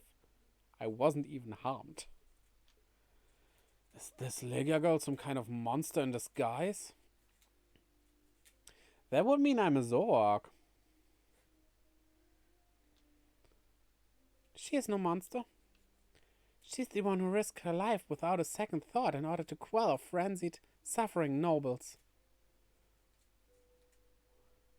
Legia, Garrick cares for the Pearl clan with all his heart and believes in Almighty Sinnoh just as deeply. So he has feared more than any of us that getting involved with the Diamond Clan and your Galaxy team could cause our people to flag in their devotion to Almighty Sinnoh. But that will change. Irida? I know your fears will change once you see what I've seen. Legia has much to teach us. She's shown us how we can overcome all manner of strife, so long as our Pokemon... Sorry. So long as our Pokemon are with us. She's made me want to help Glaceon realize their strength as well, and to see my whole world grow broader. It seems you've already changed, Irida. I knew you could pull that off, Legia. Oh, wait, that's Adaman, not Garrick. Whoops. You quelled every last frenzied noble. So, is that space-time rift going to start closing up now, or what? There's little way of knowing for sure, though the rift does seem perhaps a little smaller somehow. Let's hope so anyway. Well, with any luck, things will settle down now. Although, even if the rift does start spitting out more of that strange lightning, we should still be alright as long as we've got Legia. You don't even think of doing something for yourself, right? That's completely out of the question by now. Indeed, we should be. It's good to have her at our side. You know something, Irida? We may never agree on who's got it right about Almighty Sinnoh, but you Pearl Clan folk aren't all bad in my book. Luke has finally seen reason. And that's why he is just better than her. He says that, but she doesn't really say it back. She still thinks she's better, while he wants to put them on equal terms. He has the moral high ground, Anakin. Anyway, now that we've quelled the last noble, I say we pay grim old Commander Kamado a visit and see if he'll finally crack a smile for us.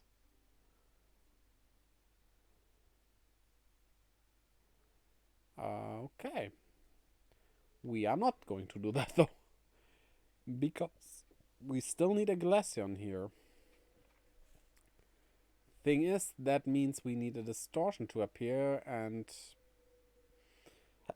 well, until that happens, we can't really do much. It's just the waiting game. Well.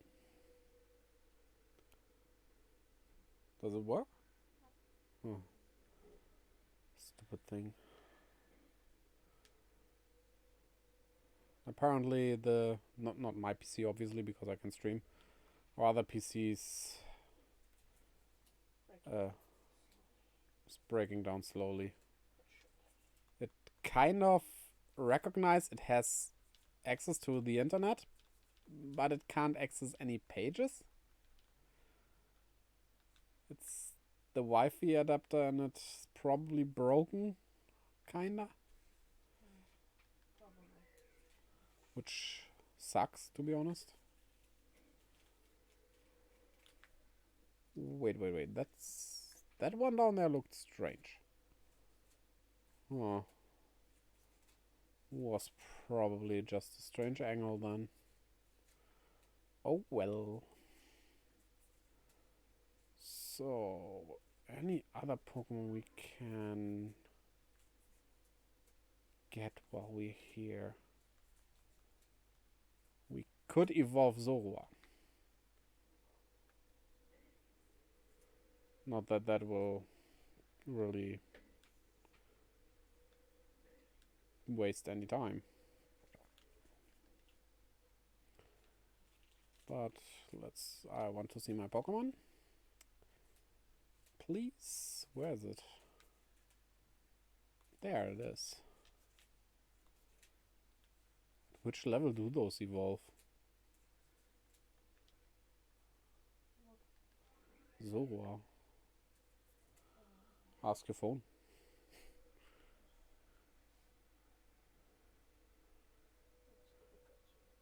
Yeah, it's quicker to write.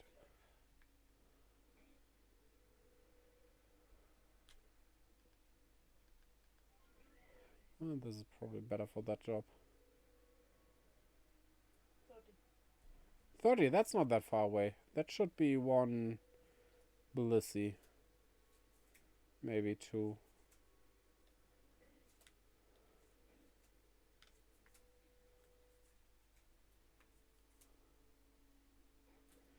You know what? Game Freak should put a Blissey or Chansey in every of their games, even if it's not Pokemon. It would be the perfect Easter egg. Quite literally.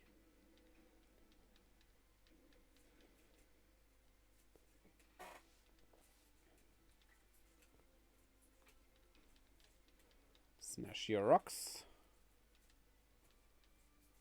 No, don't run away! Damn it. That's the problem. I can stun it for one turn, but, well, should try Ceaseless Edge. Maybe that works better.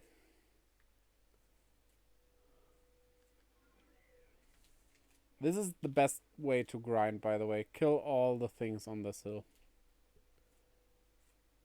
We don't want to grind all that much right now, but if you want to max out your team's levels, this is the place to go. So, we aren't fast enough. We don't want it to act twice, so just go for the normal. And now if we go for strong, this might work out. Perfect. Oh, it was a crit. I don't know if that works again. We don't need to know that because this is already it. Yeah. I mean, I said I try for Mass Outbreak, but we can do it that way. It's not a challenge that I will catch everything. It's just that I mostly catch everything because, I don't know. I think it stops to be entertaining if we need to wait around too much. But yeah, we got that. Anything else? I don't think so. For that we have to go back. Got the Garchomp. Got the Machamp.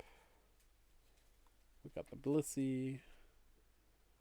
We need to go back for those to the Obsidian stuff. And Glacium we're gonna catch now. Yeah. Only Glacium left and then we are done with this place. Nice and done. Like a good schnitzel.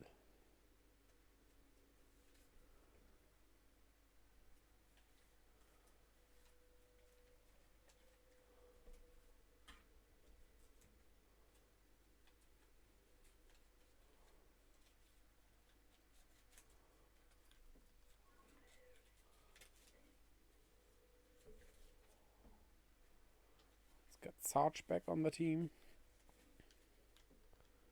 And to be honest, our levels aren't as spread anymore. The differences have closed. I don't want to rest. I want to see my Pokemon. Get you back there. Sarge is actually lowest level now. Huh. Okay. Time for him to harvest some stuff. Or for it, I should say. It's genderless. After all.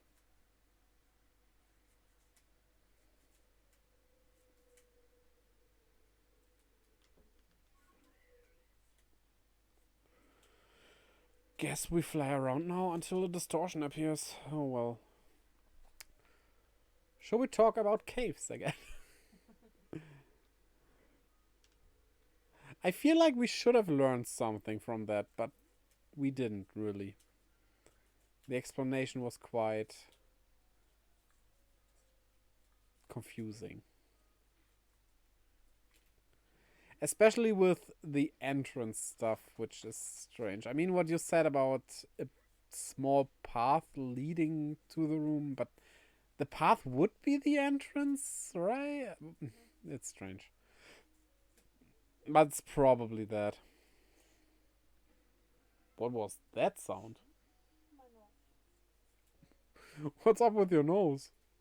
It's broken. Oh. A broken nose Very must dry. be...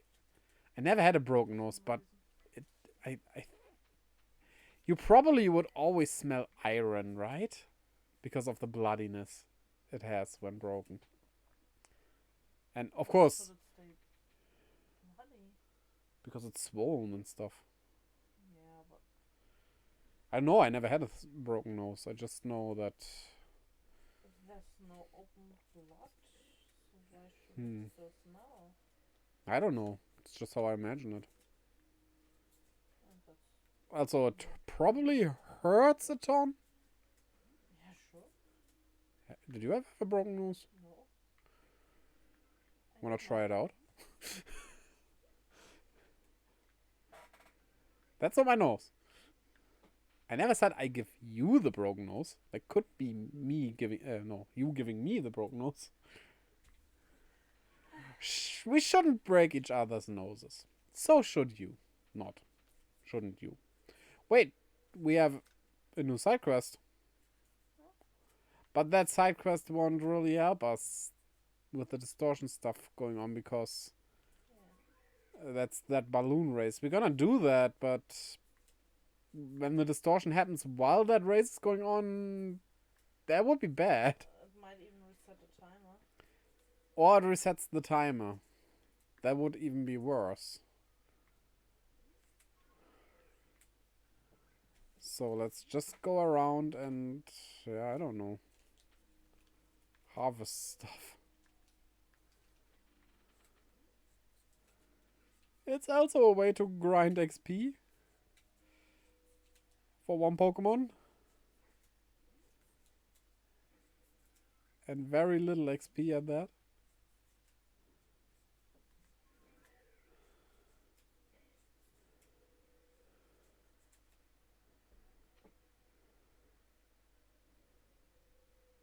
Pokemon is one of the RPG franchises I don't like grinding as much, to be honest.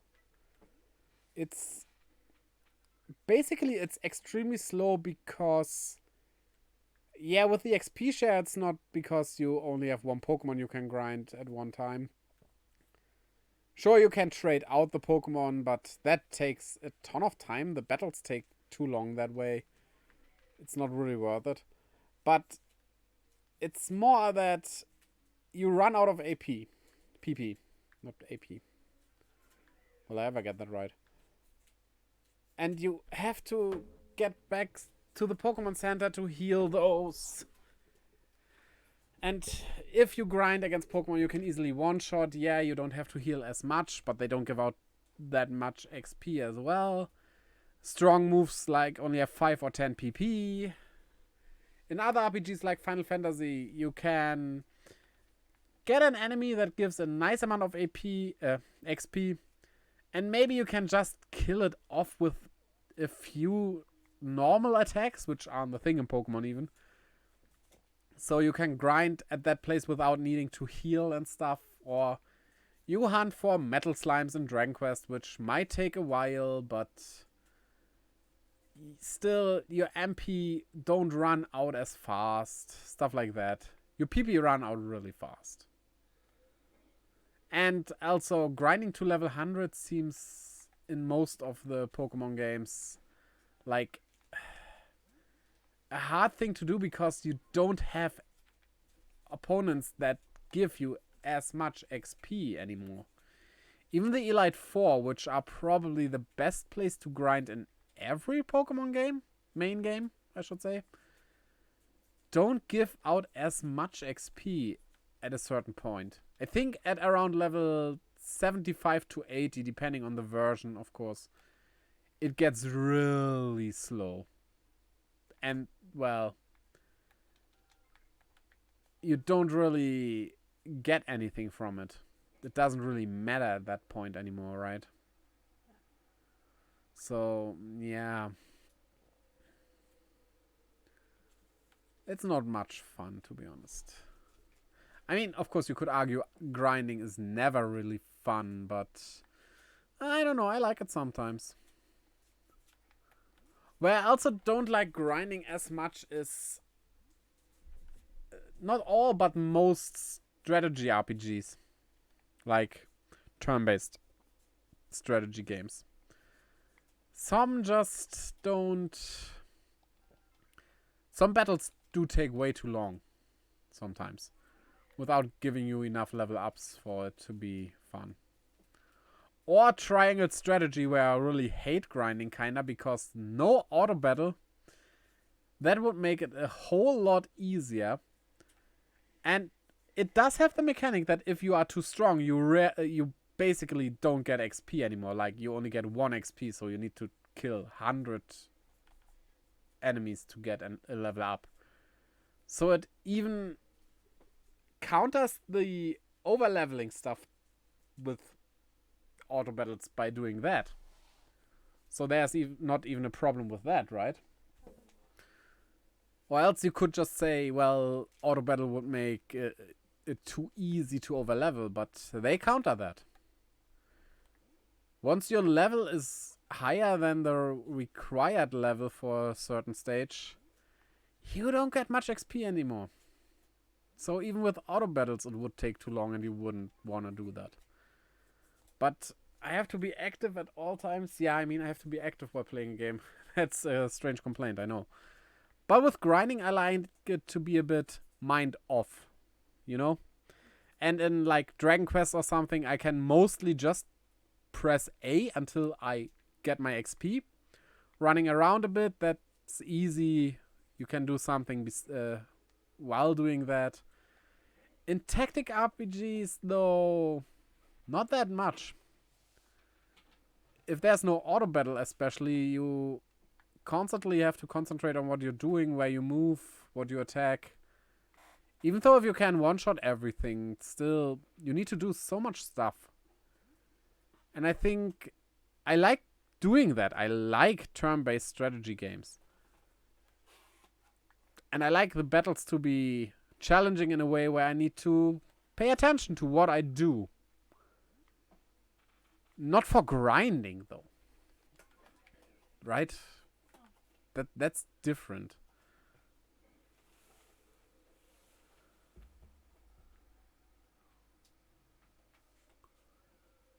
But yeah.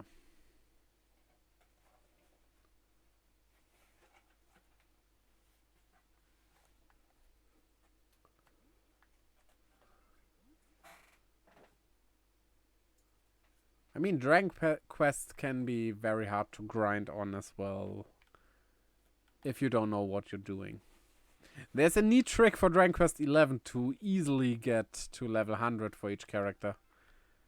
That I can't completely recite, but it has... You have a few characters with a few special things that you need to use to get specific items that you need for that strategy. So you have to have these items beforehand for the initial run. And then you just kill a bunch of metal slimes, get those items back because they drop them. And with that trick, they drop them with a chance of 100%. And then rinse and repeat. Look it up if you need it. You will find it.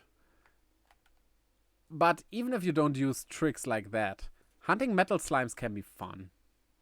Also, there are some enemies who give out quite a good amount of XP. Not as good as metal slimes, of course, but you know, you can grind on them and they tend to be on the easier side to defeat in that case.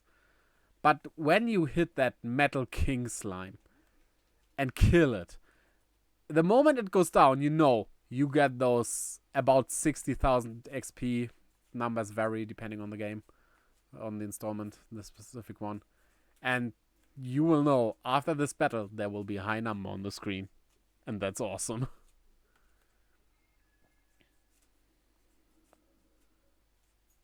Not that you need to max out your level in any Dragon Quest game. The only game, Dragon Quest games I would recommend going for that would be 1 and 2, because with level 30 in 1 and level 50, 36 and 28 or something like that for the 3, they have different max levels, the 3 characters in 2.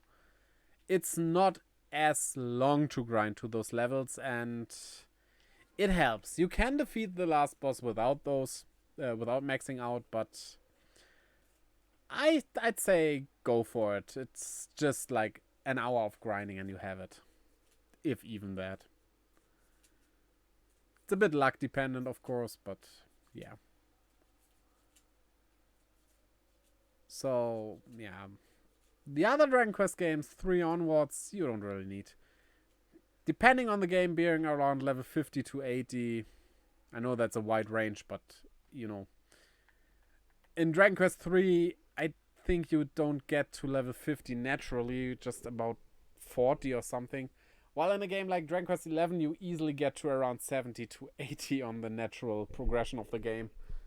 That's why that range is there, but that's enough. People always say Dragon Quest is a bit grindy, but I don't really... I cannot really agree. You can get through it with only a bit of grinding. The safest choice, I would say, is get the best equipment. Grind for the money to get the best equipment once you get to a new town, and then you're good. That's even a bit more than you actually need to do there. Oh yeah, there's a floating rock here. Look at that. Isn't that a beauty? I think, here's my theory, I think this is a Clefairy spaceship ready to depart. But the Clefairies, being in the in the Corone Highlands,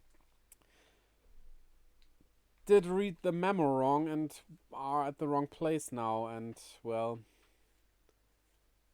tragedy strikes, because now they are stuck on Earth forever.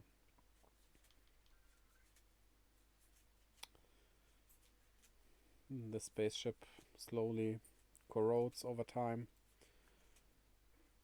as rocks do. Yes, their spaceships are made out of rocks. It's a sad story, really. Yeah, but I think space rocks are even worse, right? I think the rock on the moon corrodes even faster here on Earth, right? I mean, it's pretty brittle, isn't it? Because it has so many holes and stuff, so it has a lot of space to be attacked by the elements. So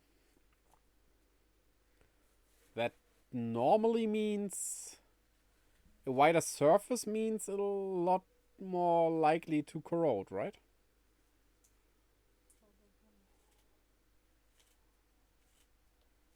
Oh well.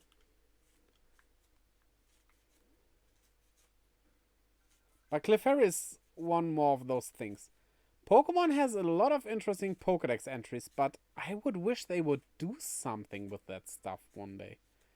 Like, side quests should be in the game, definitely. Like, this has some good side quests here. So I hope Scarlet and Violet also has side quests. I wouldn't even know if any Pokemon main game so far had side quests, really. Yeah, there was that one guy in Gala that wanted that apple Pokemon. Forgot the name. Remember that? There is some stuff, but nothing really that would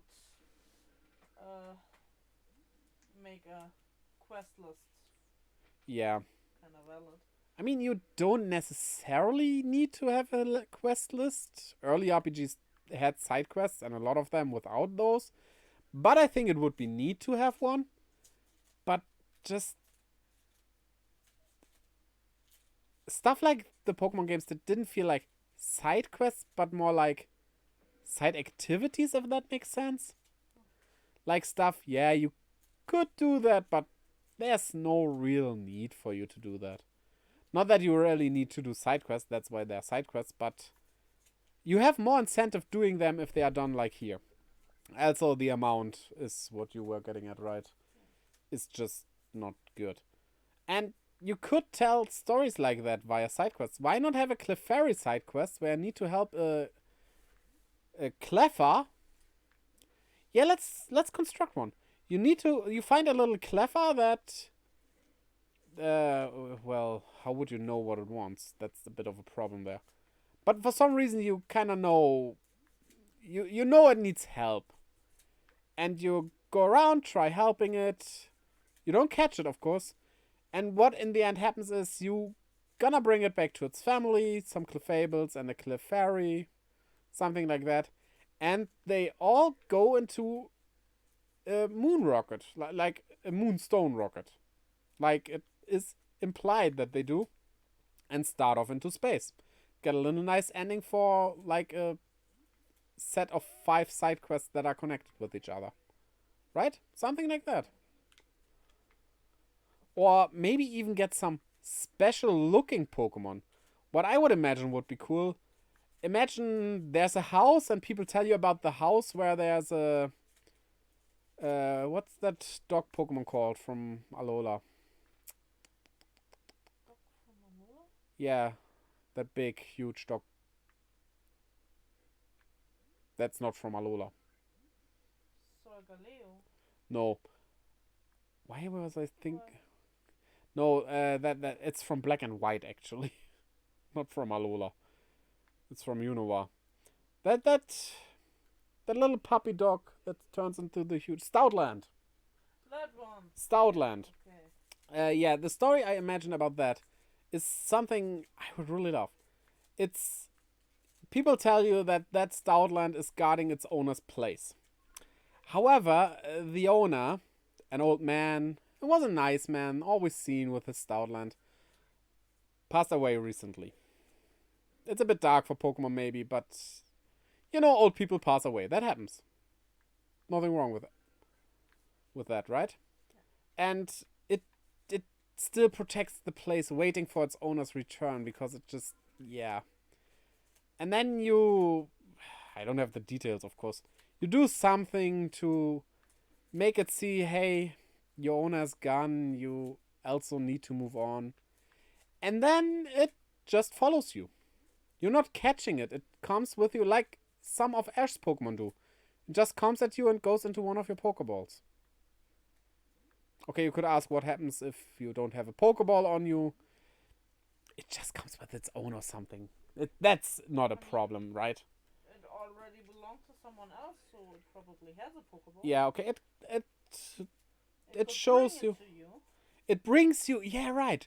It brings you its Pokeball, gives it to you, and goes inside it. And then you have a Stoutland that doesn't look like a normal Stoutland, but like an older version of it. Not that much of a change, like the eyes a bit old looking. Doesn't even need to have any specific special stats. Maybe it has some good IVs and EVs, right? Yeah. Something like that. And you get this special looking Stoutland. It's a nice, heartwarming story. Sure, is death is part of that story, but I mean, death doesn't need to be bad, right? And I don't think it's the first time Pokemon does death. I know the anime definitely did something with that, where, well, Stoutland died. As actually, that Stoutland design, that looked a bit older. That would be perfect for it, even. You could just copy that. But I think in the game, people die as well? I Isn't mean, there's ghost girls and stuff. the strange ghost girls, of course. But There's even cemeteries. there are cemeteries, of course. Then, I mean, in X and Y, the war with the big laser cannon that was fired, I guess there died some people while that happened. And then the houses that just toppled over and didn't get destroyed by that, that was strange. Yeah, so I think you can do death like that in a Pokemon game. Right? But yeah, like some special Pokemon, maybe even specially colored. And I'm not saying shiny. I don't mean shiny Pokemon. Like something like I don't know. Like you could do something in Gold and Silver, or if there are more remakes of that, or some Johto games, where you could, if you defeat, let's say, the Kimono Girls, because that makes sense, you get a special colored Eevee that is just white. A white Eevee would look kind of neat, right? And you get a white Eevee. Just, it's a normal Eevee, but just white. I know those are kind of more exceptions to Pokemon already existing, but with shinies, they have two colors anyway, and there are some who have forms anyway, like maybe a male and female difference, or just the cosplay Pikachu. So Pikachu. it's not like they never did something like that before, right? Yeah. Oh, ball against ball. Can we actually defeat that? I don't think that's a good idea. Yeah, but also you don't have to do do something for every Pokemon. Yes, I don't like it if stuff like Charizard, for example. I hate that it has two Mega Evolutions, while Venusaur and Blastoise don't have two. That annoys the hell out of me because they are a trio. They should be treated equally. Same was with Gigantamax, but they got Gigantamax forms. I would even go one step beyond that and say if those three, the Kanto starters, get Mega Evolutions, all starters should get Mega Evolutions, because you can make it a logic thing in the Pokemon world, because the world itself doesn't realize they are starters. They are just creatures living in there, and humans chose them to be starters. In that case, it kind of makes sense. Sure. But it's still a game designed, and they were designed as starters. And I think all starters should be handled equally. Not saying all starters should be in every game. It's okay if you have only like 2 or 3 sets of starters extra to the starters of that specific region. That's okay, that's fine, I would say. But if you give one a Mega Evolution, all should have a Mega Evolution. At least all from that trio. And not one gets 2 and the other only 1. No. No, that's just... No. That disrupts the balance. I'm a lot about balance stuff, so... Yeah, maybe I'm seeing that too stern, but isn't it kind of stupid? Isn't it kind of unfair, the other starters? Especially fans of those other starters. What about the Blastoise and Venusaur fans? Right? They get... Just because Charizard is a bit more popular? I wonder if it even is that popular, actually. I'm not that sure about that. I don't think it was number 1 in the popularity polls that were done. So, yeah. But, yeah, what I wanted to get at. While I think that it should be that way, of course you can't give every Pokemon a side quest and such a special form or something. But for those are okay. Especially like that Stoutland is just old. That's something every Pokemon could become, sure, but you get this one old Stoutland. There's nothing really special about it. A white Eevee, of course, would be special. But I would be fine with explaining that as nature does strange things sometimes. I know that's kind of... On the one hand, I say it's design stuff. On the other hand, I say it's okay if nature does it like that. But yeah, I think there's a difference there, definitely. And of course, not every Pokemon can get an old age form. That would just be too much. That wouldn't... No, that's not necessary. But for some side quests, you get a special Pokemon. Maybe you get a side quest with a shiny Pokemon, like Ponyta in this game. It could be simple stuff like that. It doesn't need to be a special, specific new form for that side quest every time. It could also be just a shiny. Or even just one with good IVs. You get a perfect IV one gifted. That doesn't have anything more special about it. Personally, I wouldn't care much about that because I don't care much about IVs. I think only 1 or 2 times I actually did some EV. I don't even know if you train the IVs or EVs. I know there's a difference. I know ones are those that you can train by defeating specific Pokemon, and the others are just there. Bonus stats you just have. Something like that. But one time I did it because it was lacking in some stat. And my wife did so as well with her Growlithe, which was very slow for some reason. Yeah. You needed speed, so you grinded against Growlithe. For whatever reason, the sewers in Black and White, because Growlithe are in the sewers there. Strange choice for a fire dog to be, but oh well.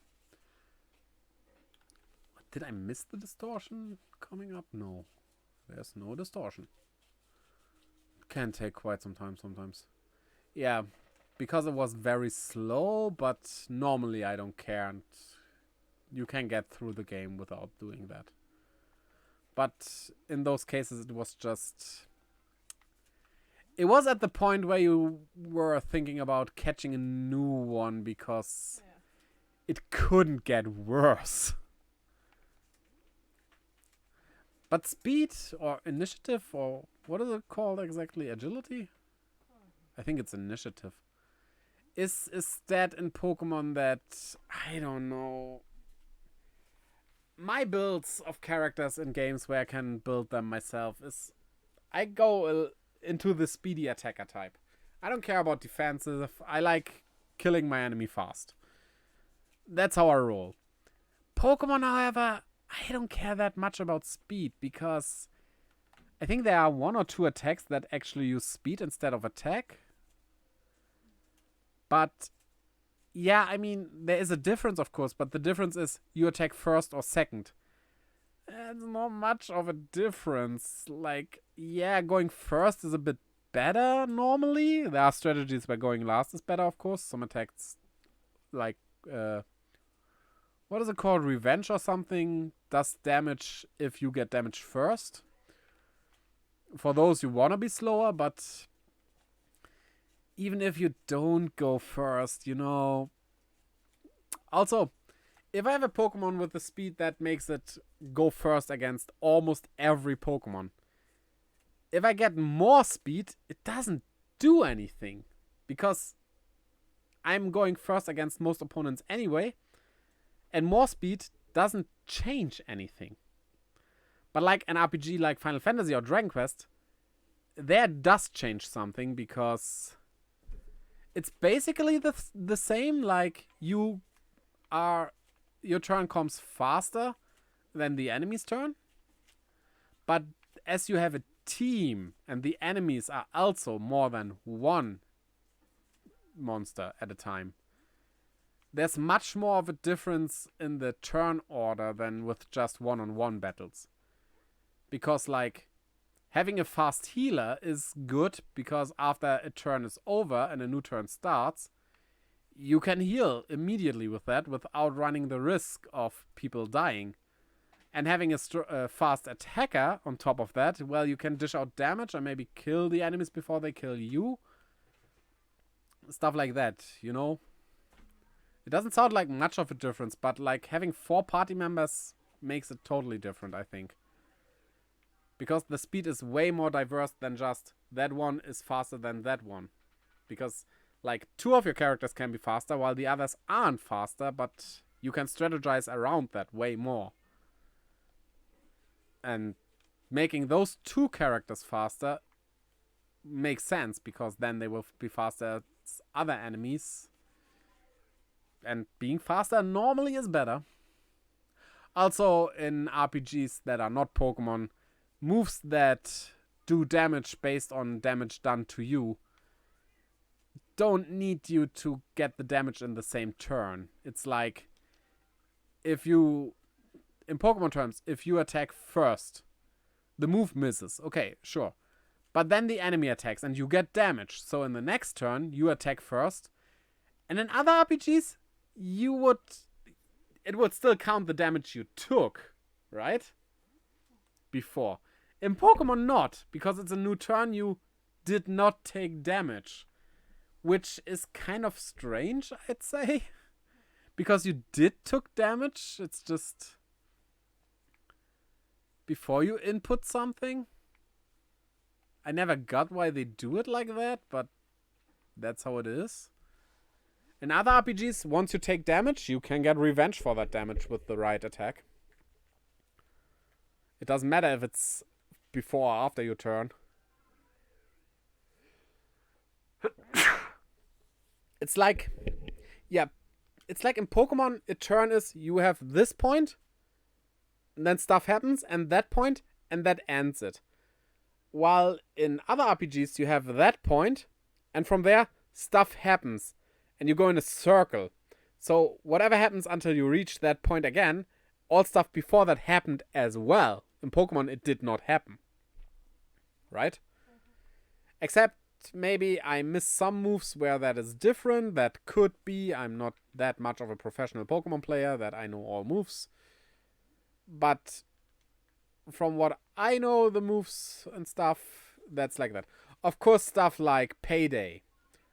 That happens after the battle, and yeah, that basically goes in the circle, you could say. But, I mean, that's very different than the revenge explanation. And like I said, I don't know why Pokemon did it like that. It doesn't make sense to me.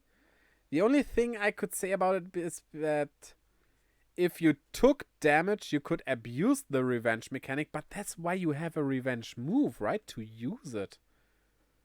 Not to make it a guessing game if the enemy does a damaging move and you pay him for that. Or well, not, right? Why is it a guessing game?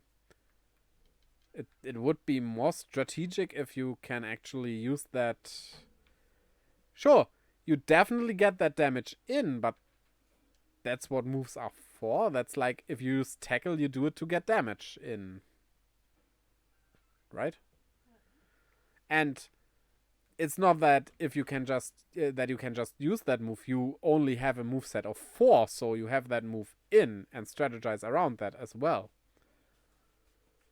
So it limits you with the moves, which I don't know. When it comes to Pokemon movesets, would I want to have more moves?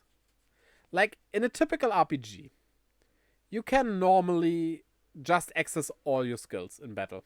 You don't have to choose a set of skills that you have in battle. You have all.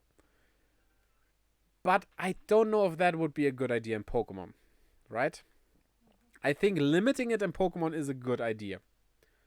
That works better for the battle system. Would it be better, though, if you get like 6 moves instead of 4? Right?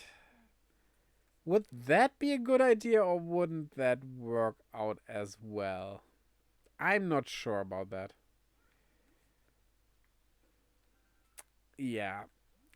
I agree that it wouldn't work like in a typical RPG, especially with the PP system. Like, yeah, you have the low PP, low attack, a lot of PP attacks for garbage stuff that you can just swipe away, but still have the big hitting moves on the harder battles, which would make it even more easier than Pokemon games are anyway. No, sorry. So, yeah, I think it would destroy that part of the game, so it's good. But I don't know. I would like seeing it upped to 6. Also, while I'm not a competitive player, imagine what would happen to the competitive scene. If they suddenly say, well, Pokemon Scarlet Violet, actually you can have 6 moves instead of only 4. Wouldn't that completely turn the whole competitive scene head over heels? Like, all strategies basically, or at least almost all strategies would be kind of pointless at that point, and they would need to stretch.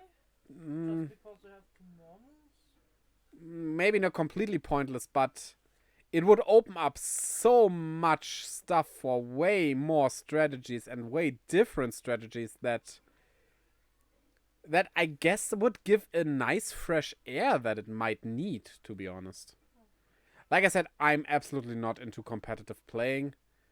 Maybe it doesn't need that fresh air and they are happy with what they have, but I don't know. I personally, if I would be into competitive, something that basically destroys what was before and we need to re-strategize everything, that would be exciting. Right? That would open up so many options. I would be hyped about that. Thing is, maybe it wouldn't. Whatever that was. A time distortion, finally. Now we just need a Glaceon. Yeah, but I think it would change a lot. And maybe some strategies aren't valid anymore because they are too easily counterable by just having 2 moves more. Because you also can do way more countermeasures with those 2 moves, right? Without having to forfeit stuff that you would use if you wouldn't care for countermeasures about specific things. Who knows? But I know maybe 6 is just wouldn't work with the balancing. Maybe, could be. But I would like to see them try.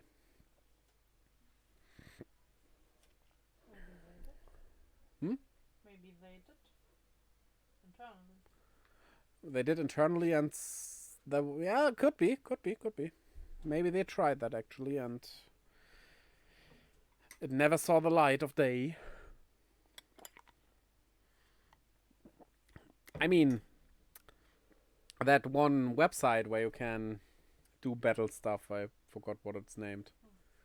They could try such things, right? They are on an official website, so... and see what happens. Yeah.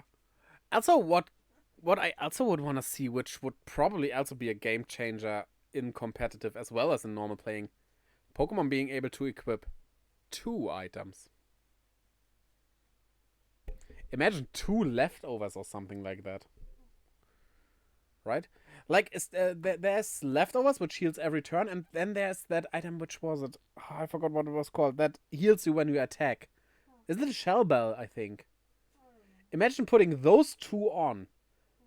That would open up a real nice strategy where you basically... Oh, and then do the absorption moves on top of that. That sounds uber, but I think that could be countered, of course. Because, yeah, you heal yourself a lot with doing that. But doing that also means you can't use extreme high attack moves. Because you need the absorption moves. Most of the time, at least. So, it's not quite that uber. It does have its deficits. But it would be interesting. Also, thing about that. Yeah, you would be uber healing. But when you can do it, others can do that too. So, yeah. And also, there could be combinations of items that give you the ability to make a ton of damage, which could counter stuff like that. What would be harsh, though, would be like a Blissey or something high defensive like that with that strategy on. I don't know if Blissey has absorption moves, though. It probably has Drain Kiss. But Drain Kiss, yeah, let's be honest, that doesn't do that much damage. But I think being able to equip 2 items would also be a big game changer. I mean, just look at what other RPGs can do with, like, being able to not only equip weapon, armor, and stuff, but the main thing that does stuff like immunities and such are accessories, and you can equip 2 or 3 in most of those games, which leads to some interesting combos, depending on the game, of course, and what exactly you can access. What accessories actually exist, stuff like that. But I would think that that would be interesting.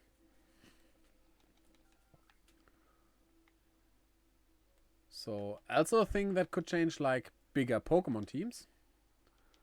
Imagine if they go to 8 instead of 6. That wouldn't change strategies as much, I think.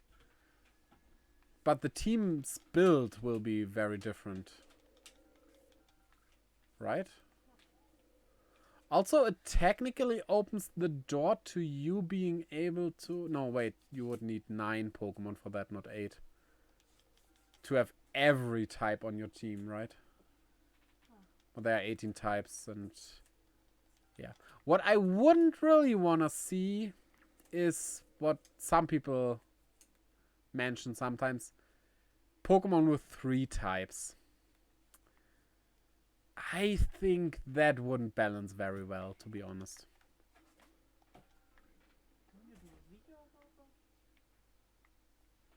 I think I have a video planned about that. But that's more like if they did it, which Pokemon would have a 3rd type. Which I think is an interesting topic, but in real gameplay, I think a 3rd type would just be not directly too complicated, because to be honest, if you play normal RPGs, they can have a ton of resistances and stuff, and it's not only in RPGs like Final Fantasy, Dragon Quest and stuff, you don't only have resistance as a stat to a certain element, but like also resistance against poison, against status injuries, stuff like that. There's a ton more to that, way more diverse and not bound to the element. Not every fire monster is weak against water in RPGs. That's in... Depending on the RPG. Some RPGs set that in stone. Others make it dependent on the species. Like, that fire monster is weak against water attacks, but that fire monster is not. Because of, well, the design and what that monster is. It doesn't make sense that it is weak against water. Even though you could say fire should always be weak against water because, well, fire douses water, but I don't think that's necessarily true. Like, create a monster that's made out of magma and it's so hot that water just vaporizes it and it might even be immune to water attacks. Would make sense. Because, well, while the general thinking is water is good against fire because it douses it, yeah, fire also evaporates water. Not very healthy for water to turn into, well, mist, basically. No, mist is not evaporated water. Mist is into steam. Steam is what I'm looking for. Right? So, yeah. It's fine that Pokemon does it. It's a good system. I'm not against it, but it's not a needs to be like that system. For Pokemon, yeah, sure. Other RPGs, no. We really don't get a Glaceon, no? Seems like that. Yeah, but a third type, I think... sure, depending on the types, you could be really uber. Like extremely uber. Like a dragon... fairy... ghost type? Like, you would be immune against... Wait, how does this... What would a dragon fairy type be like? Because dragon is weak. I think immunity takes priority, right? Yeah, I think. So it would. So a dragon fairy ghost type would be immune against dragon, which is the weakness dragon has. Is fairy resistant to itself? I don't think. Might still be weak to fairy. Okay, let's give it that. Don't know ghost and fairy. Yeah, I'm not quite sure about that, but let's say it's still weak against fairy. But it would also be resistance against electric, fire, water, and grass, which is one thing that makes dragons so good, because those types are so commonly seen that a resistance to those types is pretty good. It would still be weak against ice, of course, but it would also be immune against normal type attacks, and I'm never quite sure, but I think Ghost is also immune against fighting, right? But that would be quite an uber type combination. Not a perfect one. Is there a perfect one even? How many types would you need to have a perfect type? To have a perfect... Like, maybe not being immune against all types. That can't happen. There's no type that's immune against water, for example. That just doesn't exist. But like, you have a ton of resistances. No weaknesses, that's the key part, I would say. Like, you don't need to resist everything, but no weakness. Wait, isn't that Zorg with normal ghost? No, there's a weakness there. I think. Yeah, but no weaknesses. A lot of resistances, like maybe like to half of the types, about that. And... some immunities, 2 immunities is quite a lot already. Something like that, that would be... Is that possible? Huh. Well.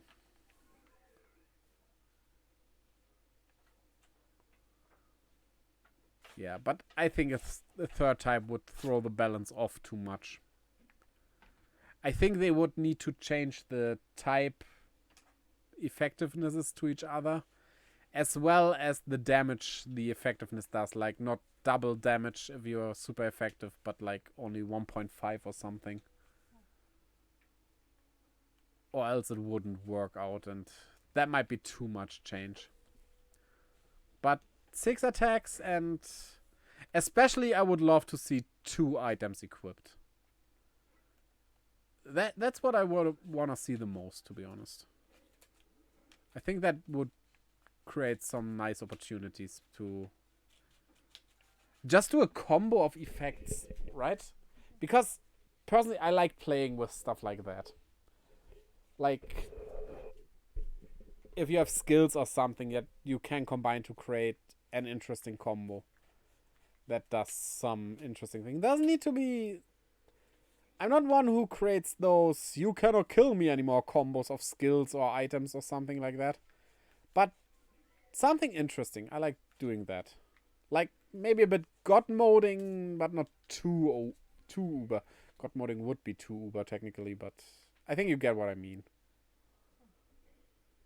That's why I like the idea of having the Bulbasaur, for example, having a move that can poison the enemy. Then you do Leech Seed and Absorb moves. Like, it takes damage from poison, and then you heal with Leech Seed automatically at the end of the turn while damaging the enemy, and damaging it with an absorption move while also healing HP. That's such a nice combo that sadly in the Pokemon games doesn't really come to fruition. Because, yeah, you set that up. You need 3 turns to set that up. Well, the setup, the poison and Leech Seed basically only takes 2 turns and the rest is attacking, but You can pull off the whole strategy in 3 turns. You need at least 3 turns to first be able to see that happening. Right? That's what I mean. But by that point, the enemy is probably at least down to half HP, if not dead already, and you cannot really relish in that strategy. When you do that in a Dragon Quest or Final Fantasy, for example, the battle goes on for 5-6 turns, maybe, right? Still. Also, you can't do that on all enemies at once, because more enemies makes it go longer. And yeah, that's the thing I don't really like that much about Pokemon. Kinda. The dual style you have one-on-one kind of works for Pokemon. But the battles are over very quick. And like I said, I know competitive they might go on for longer, where such a strategy might be something you can relish in more. But I'm talking about normal gameplay here. Like, in a Dragon Quest, I can do strategies like this and have fun with those, but Pokemon die so fast. Normally, even, oh, it's a grass type, here, have a fire type move, you one-shot it. That's how Pokemon normally works. You one or two-shot most Pokemon. You rarely have a battle against wilds, of course, where you really need a strategy. And I don't want strategies like you need to use in competitive. That would be too much for the average player like I myself am. But like,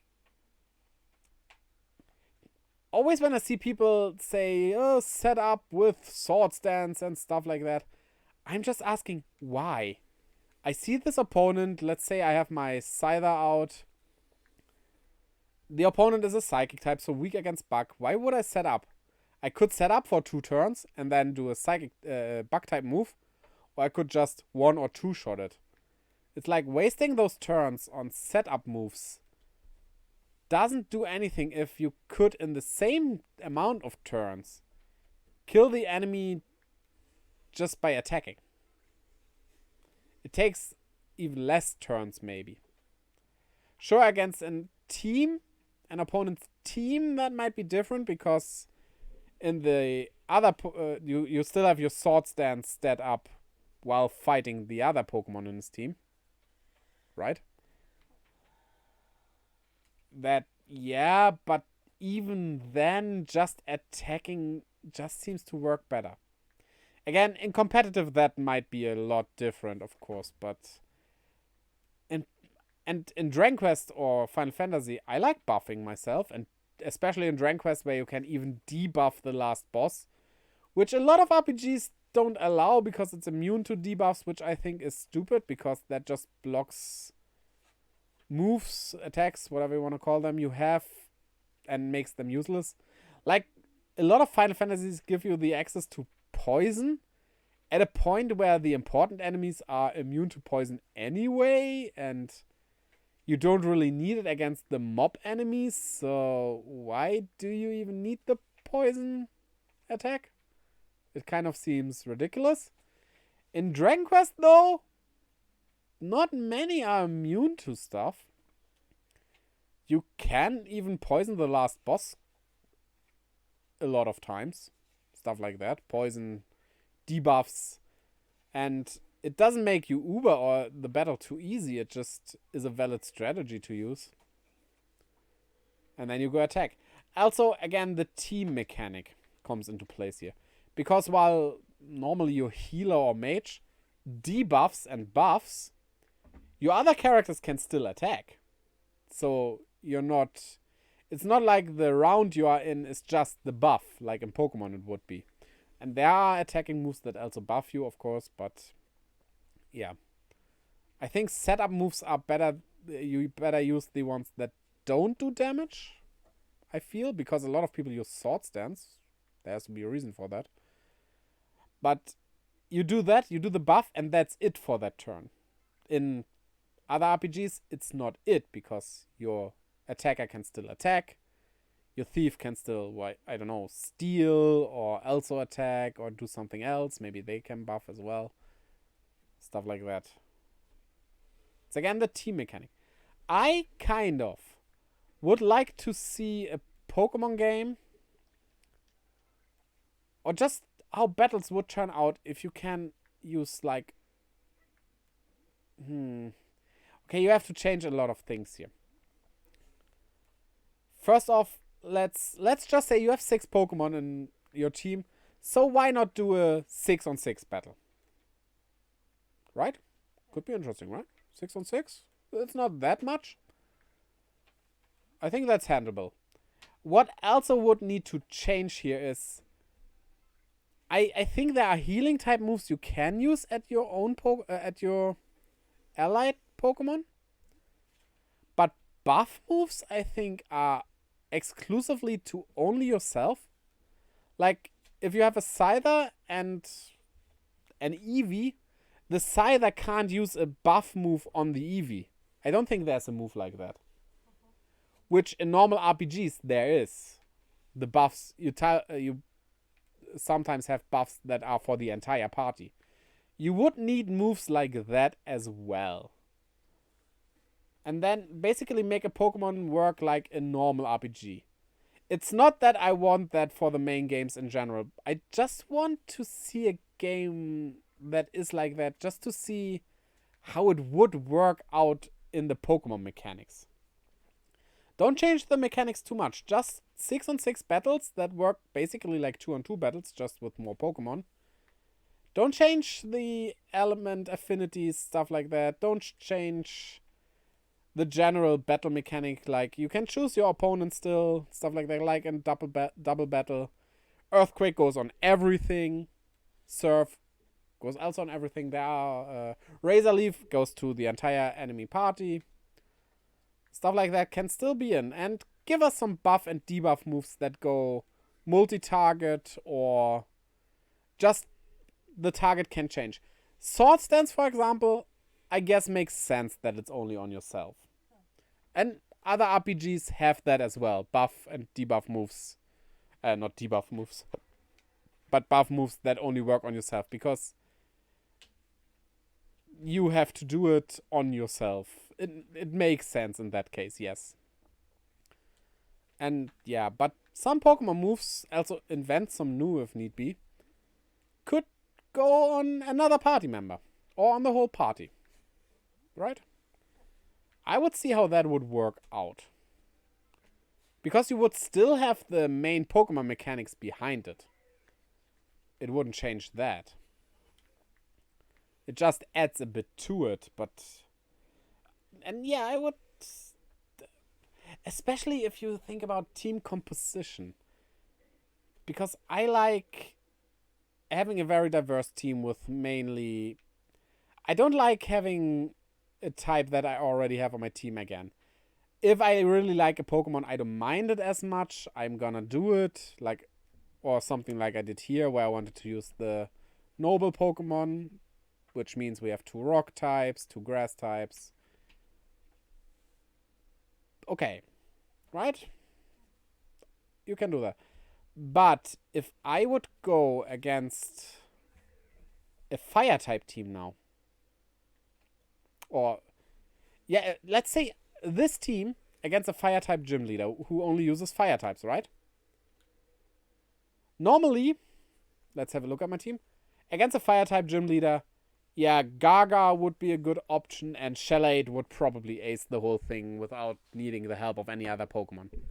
But if I have to use all 6 Pokemon in there, I have either the option of not using my whole main team, or I have to live with 3 Pokemon being... No, even 4... Wait, is it ground type? No, rock. 4 Pokemon would be weak against fire in this team. That would be kind of bad for me, right? So I have incentive to change up my team more because of that.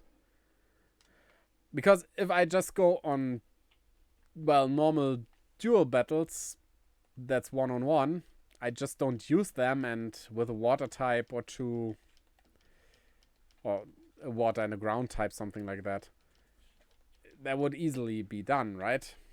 You can handle all the whole Pokemon team of the opponent, but like that. That would change everything. Monotype runs would be even more severe. Imagine doing a monotype ice run, for example, and then facing a fire type gym leader. You're completely weak against his whole team. They could devastate you. Or even worse, imagine a monotype water run against a grass type gym leader where 2 or 3 of them have razor leaves. They could probably kill you in one turn because razor leaf on the entire party and all of them weak to it, and you get 2 or 3 of those, right? Challenge runs would definitely be very interesting with that mechanic.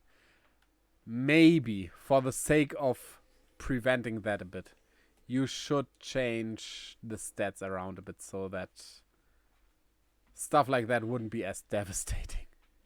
Maybe something like Razor Leaf doesn't go on the entire party, just 2 opponents that stand beside each other.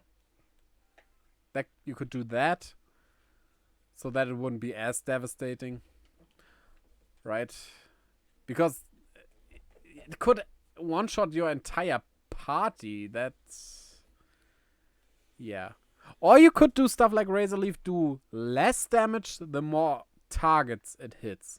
So if you don't have a full team, you get more damage. But if you have a full team, the damage is more spread throughout the 6 of them. So you would need to change some things because I don't think it would work otherwise, but it would be interesting to see.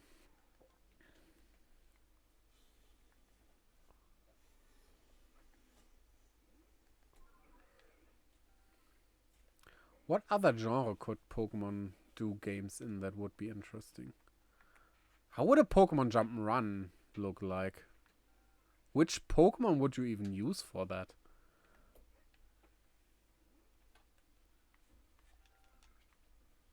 I would say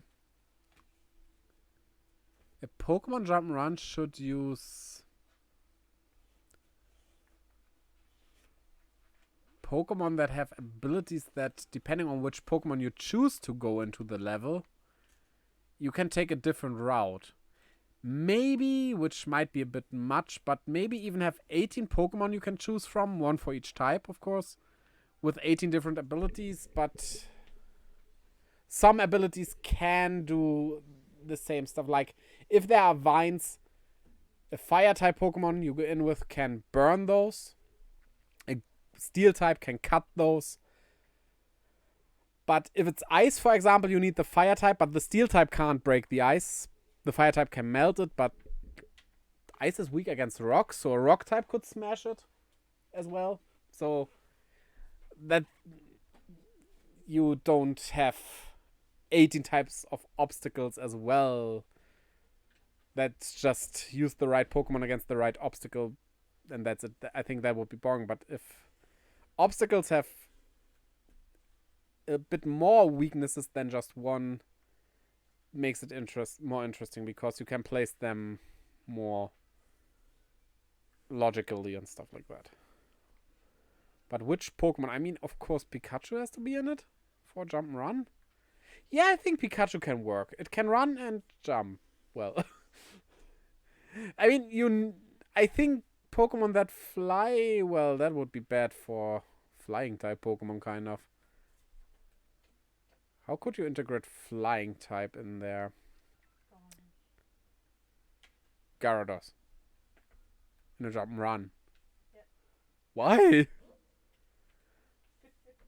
I was thinking more of the flying type Pokemon you can choose is not really able to fly but to glide, so its obstacle could be taller spaces. It can glide over where another Pokemon has to go around somehow.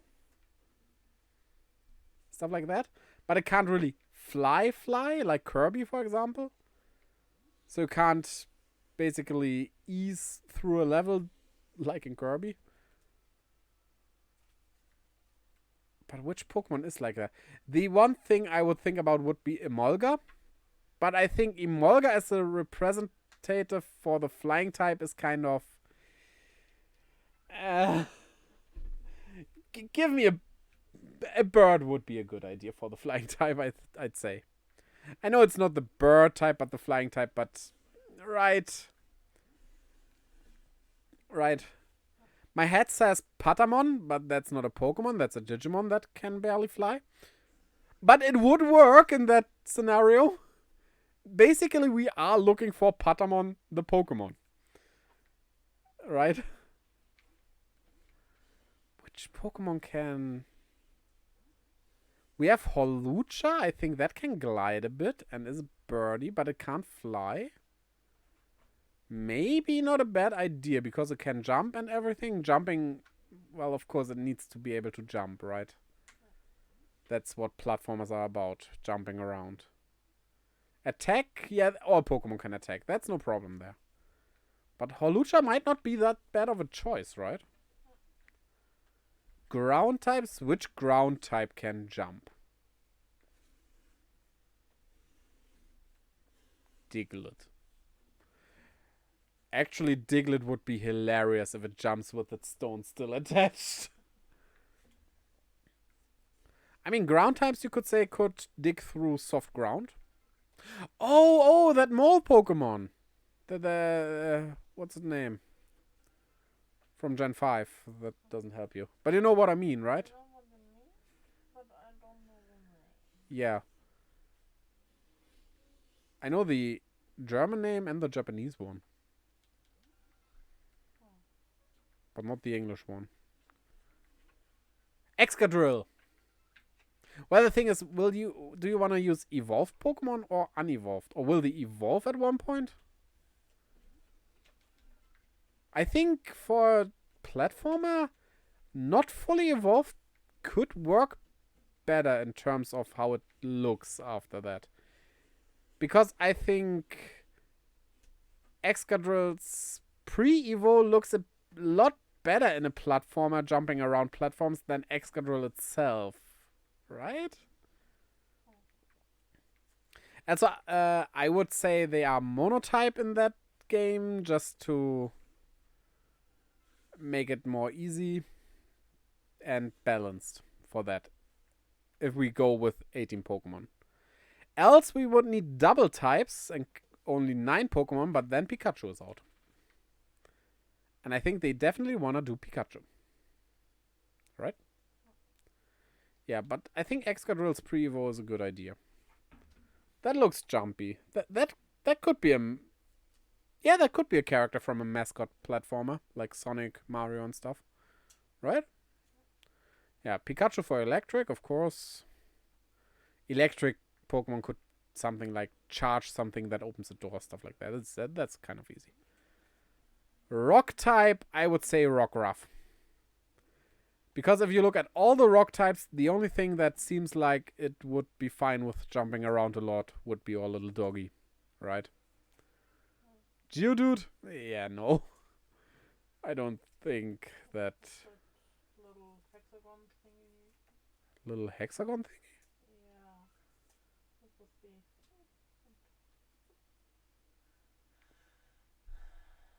Not quite sure. Evolves into that stone spider thingy. Stone spider? I'm standing on the Schlauch. I'm standing on the hose. Blue has a black hole in the front and a yellow feather on top. A feather? Yeah. Oh, you mean Rock'n'Roller. Maybe. I'm not sure. That one doesn't have eyes, 2 little feet. Yeah. And a spider, yeah. Yeah, I wouldn't have seen that as a spider, but I see what you mean with spider, yeah. I wasn't thinking about spiders if I see that, but Gigalith, I think it's called. Maybe. Yeah, I'm a bit bad with the English names, sorry. Yeah, but that... If they don't evolve, though, then that could work. If they evolve at one point, I think the evolution might be a bit too unjumpy. I couldn't imagine that jumping. The last one especially. But I mean, they don't need to evolve in a game like that. So for normal, actually, IPOM for normal? Kind of. Well, you could also argue Farbeagle. Not Farbeagle. That's the German name. There's Beagle in it, which in German is also Beagle, and that's English. Was I right about Rock'n'Roller? Rock'n'Roller, Boldor, and Gigalith. Yeah. You mean those, right? Yes, I meant those and the spider thingy. The second one, yeah. Second Because the one. third one Yeah. kinda still has it, but that doesn't look like a spider. But what's Farbigle's Smeargle? Smeargle, IPOM, something like those. I think would work well for normal. Bobcat would work as well. Lavitar.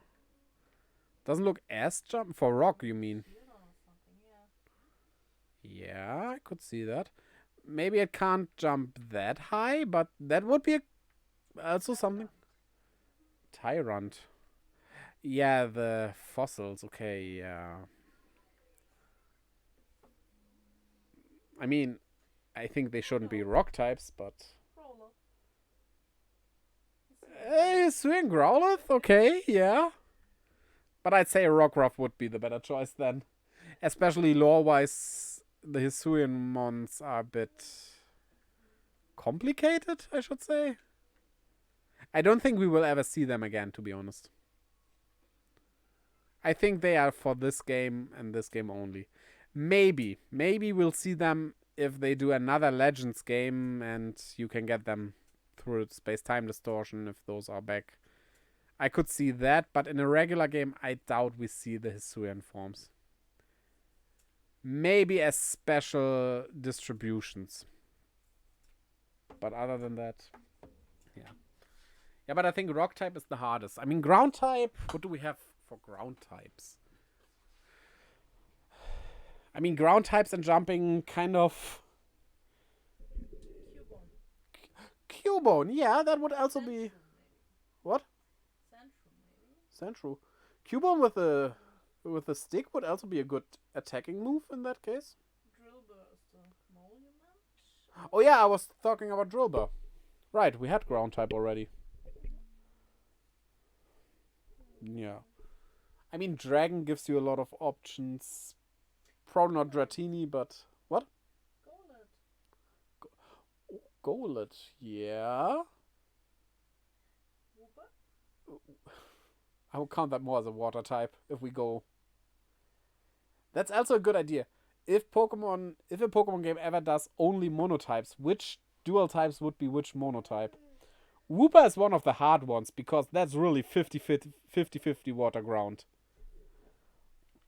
I mean, of course, all the flying normal types. Flying, obviously. But... like Garchomp. Dragon or ground? Yeah, I mean, dragon. Come on. That's more dragon than ground. Of course, gameplay-wise, it's always 50-50. But from the design, Wooper is just... and the design and the lore, I should say. Wooper is just 50-50. Garchomp? Yeah, that's more of a dragon.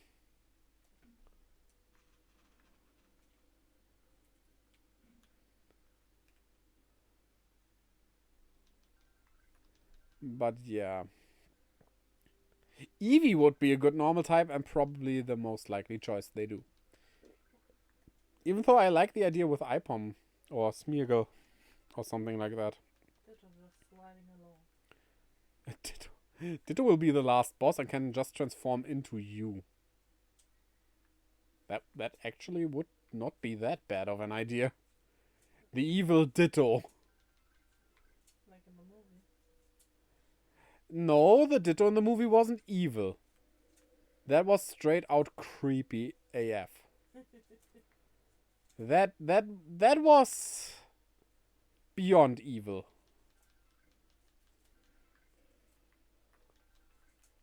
Would have thought that the Pikachu Detective Pikachu movie would be so good. I wasn't expecting as much, but damn, that was good. What I don't know if we should have regular Poke League Pokemon live action movies or general movies. I don't know. Here's how I would do them. And that's in and of itself its problem. I would say one movie for each batch. And all the stuff that leads up to that batch, right? Like going against the evil team. Like in the games, you have story parts between batches. But and the Pokemon League at the end being the final movie. But that would mean one league has 9 movies. Is that much? I mean, the MCU does have more than 9 movies. So technically you could. But moving on to a different league would take a lot of time. So if they do it like that, 9 movies for the whole league, that's at least 9 years because more than one movie a year they won't do. I would wanna have them do it with original leagues. Because if they did Kanto and after 9 movies, well, it's not really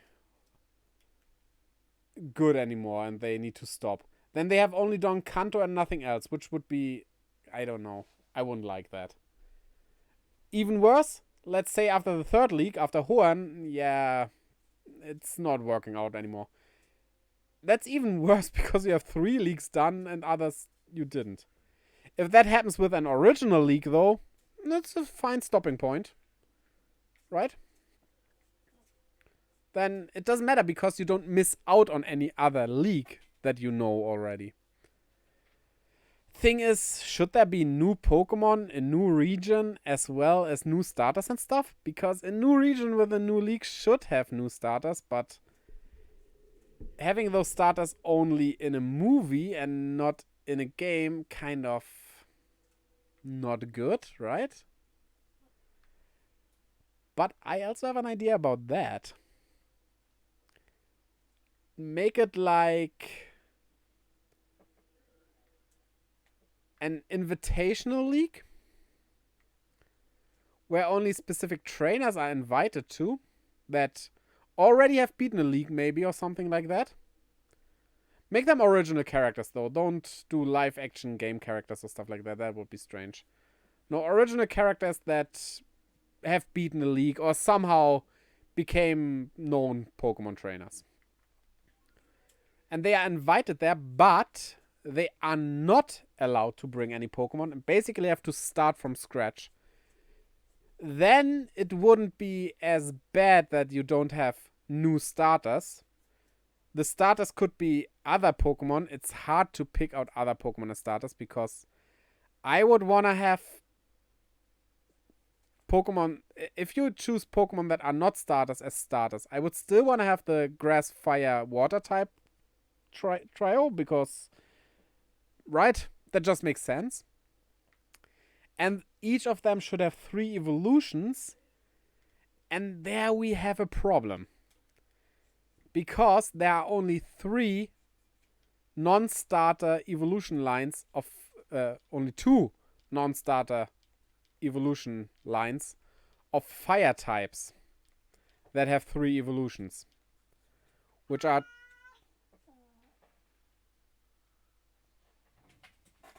if you have heard that, that's the sound our cat makes before throwing up. I'm not sure. Doesn't seem like she's throwing up. I'll check. Yeah. Check the living room, right? Yep, she is throwing up. In the kitchen. It seems. Normally we keep the kitchen closed. But because it is so warm and we want to get some fresh air in and stuff, we have all doors open basically right now. Except our main door, of course. And yeah. That's what happens thanks to that. Oh well. Yeah, we only have 2 3-stage fire type evolutions. which you could say, well, Chandelure or Magma, that line. Solid line, especially I like the Magma line. That looks the most startery of the two. But you have special kinds of evolution for those, which aren't mirrored in any water or grass type line with 3 stages. And I think that they should be level up evolutions. They should basically be like regular starters. So, yeah. But maybe, like here in Hisui, you could actually do that. Have, well, or they can just choose from every starter from every region. So you still have the trios, but more of them, just like that. Or you could mix them up, like maybe do, I don't know, maybe Gala, Hoenn, and Kanto or something like that. That would be an idea. From Kanto, I would say Bulbasaur, because that's Bulbasaur or Charizard. Charmander. Because then you at least have dual types, so that every starter has a dual type. That would be a cool idea. But it would also work if you can just choose, like, one starter from all the trios there.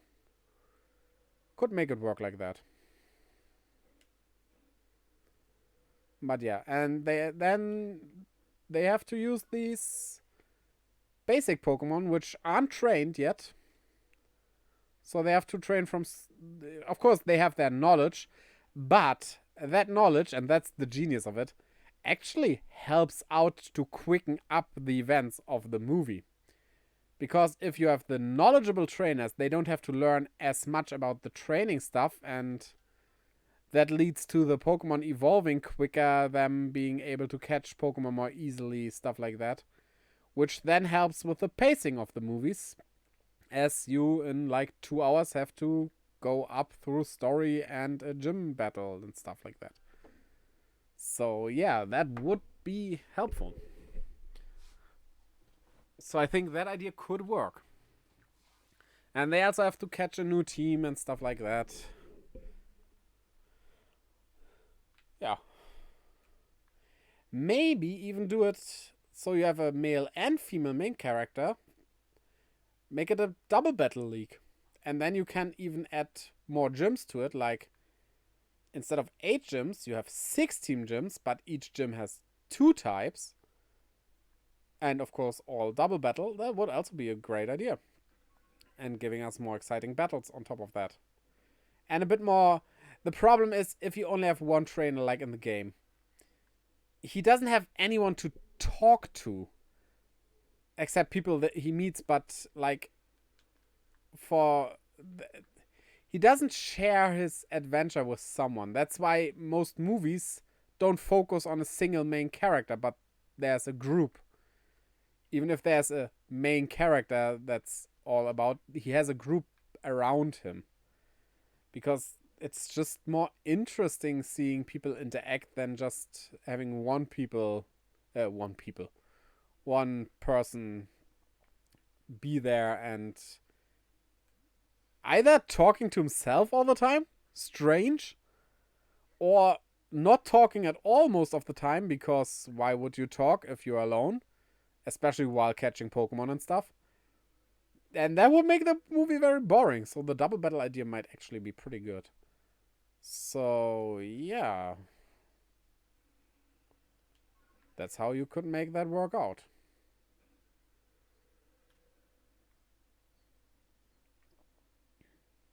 I think that's a solid idea. But as of now, we're waiting for Detective Pikachu 2, and I have not heard any news about that, so I still hope it happens and wasn't cancelled, to be honest. And of course, Chris Pratt as Pikachu. Right? No, of course, Chris Pratt should be Meowth, because he voices Garfield as well. That actually would be a good idea. Don't put the anime Team Rocket in. I'm so... They rarely use them nowadays, and I still... still don't like when they appear. I prefer the episodes where they don't appear. They distracted the early episodes of Pokemon way too much with them having to always be there. I don't think that was good. I know a lot of Team Rocket fans out there, but like it is now, it's better that they appear when there's a story around them as well. Especially since it was always like, hey, we attack them once and they are blasting off again. Each episode. Almost each episode. Some episodes they hit, but yeah. Especially those episodes where they just were hiding and looking. You could have just cut them out and it wouldn't change anything. It would make the episode even better, probably. So, yeah. Okay.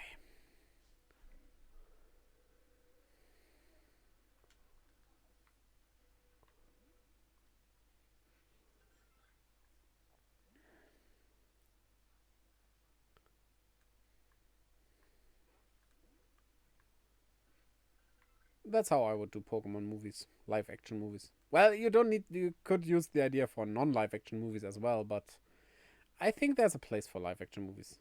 The only complaint I have is Jigglypuff. Because as the balloon Pokemon, I always imagined its skin to be rubbery. But they put fur on it. I don't... That doesn't make sense. I think it would make more sense with a rubbery body. It wasn't looking bad even, just... No, I don't think that's how Jigglypuff should look like. And rubbery skin, that does exist. That's not that unnatural. Not saying skin made out of rubber, just feeling rubbery. And that exists. It's just basically very smooth and sticky. Not sticky like if you put your finger on it like that, but if you go over it like that, it would be more like like with rubber. You know rubber.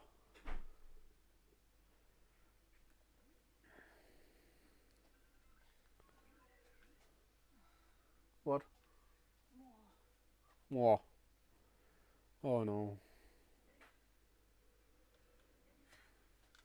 I had to clean the sofa. Oh no. She threw up on the sofa? Must have been earlier, not now.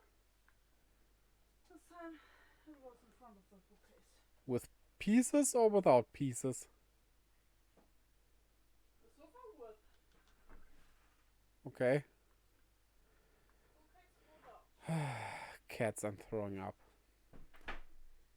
Honestly, I'm not quite sure if we should be alarmed by it. She throws up quite a lot and always the dry food. But on the other hand, it's quite normal for cats, right?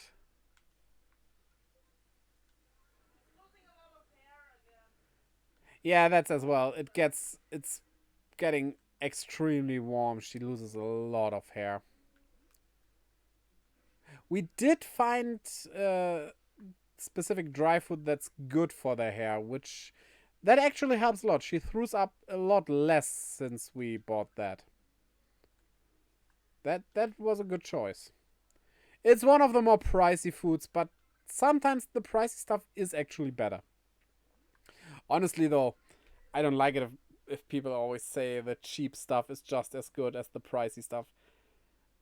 Yeah, there are cases where that is true, definitely, but not all the time. Really, not all the time. The wet food for cats, for example, there the cheap stuff is better. Because the pricey stuff has less meat in them, actually. The size is the same and they kind of look the same, so I'm questioning, well, it looks like the same amount of meat, but it's not the same amount of meat, so what is the rest that should be meat in there? But yeah.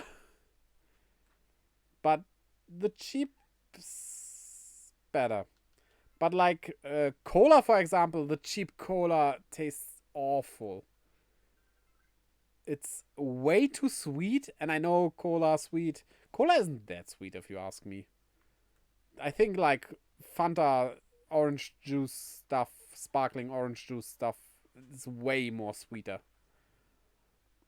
But the cheap cola is not good. But yeah. Okay, so I have decided. You decided. I give one more distortion a chance.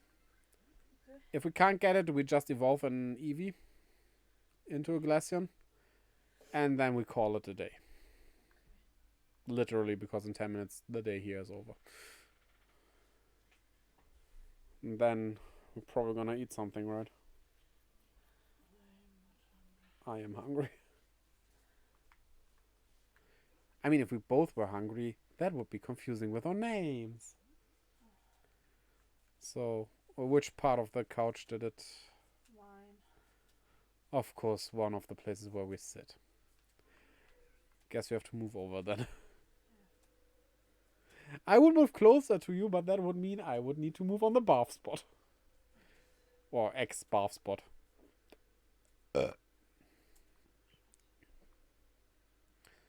Yeah.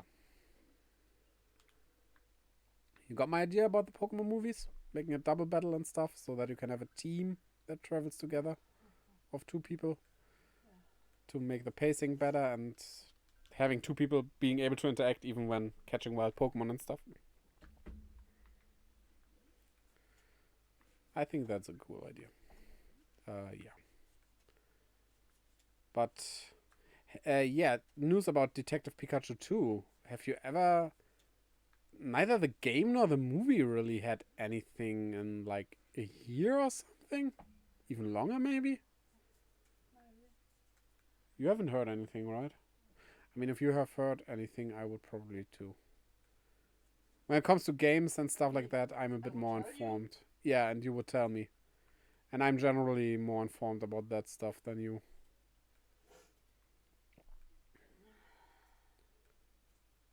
But yeah. I mean, I would like to see it. Also, I want to give Meowth the voice of Ryan Reynolds. Not Ryan Reynolds. Chris Pratt. Because he voices Garfield.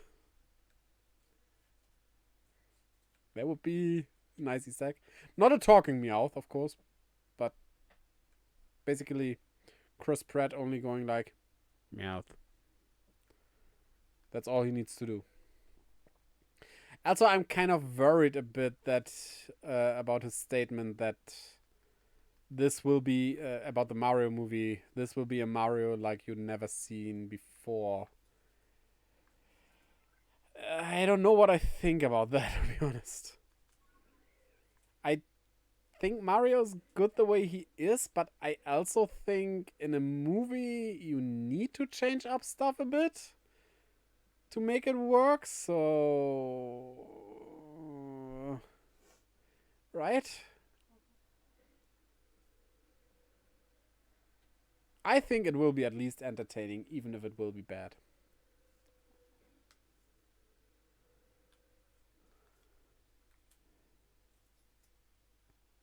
It will at least become the good kind of bad.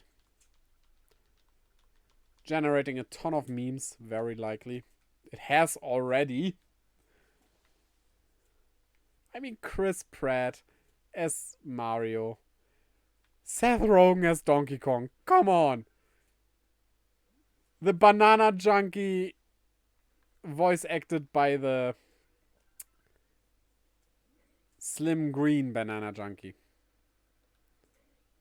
Well, it's not actually Slim and Green, but the moniker you use for that stuff he consumes is normally Slim and Green. You get what I mean, right?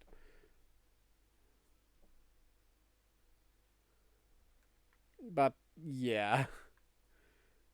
I forgot the other people, but oh boy. I don't know most of the other people as well, so.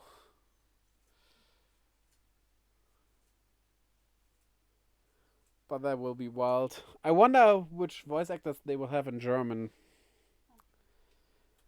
And I'm not sure if I want to see it in German. If they have the original voice actors of the voice actors they have in English. If we have Chris Pratt's German voice, that would be good.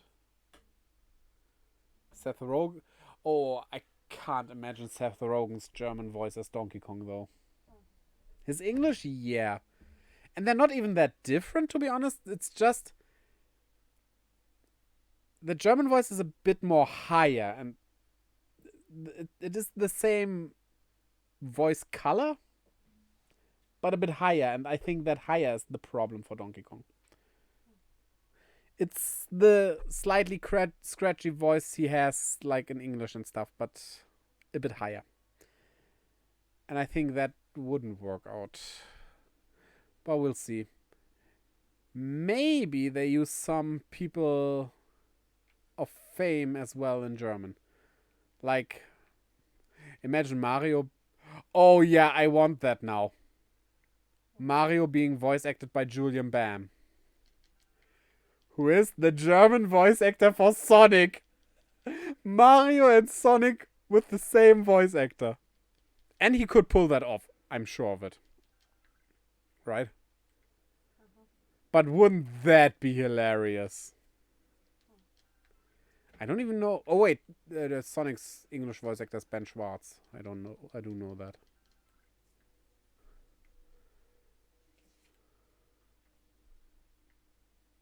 His German voice couldn't do Sonic. That wouldn't work. Ju does a very good job with that.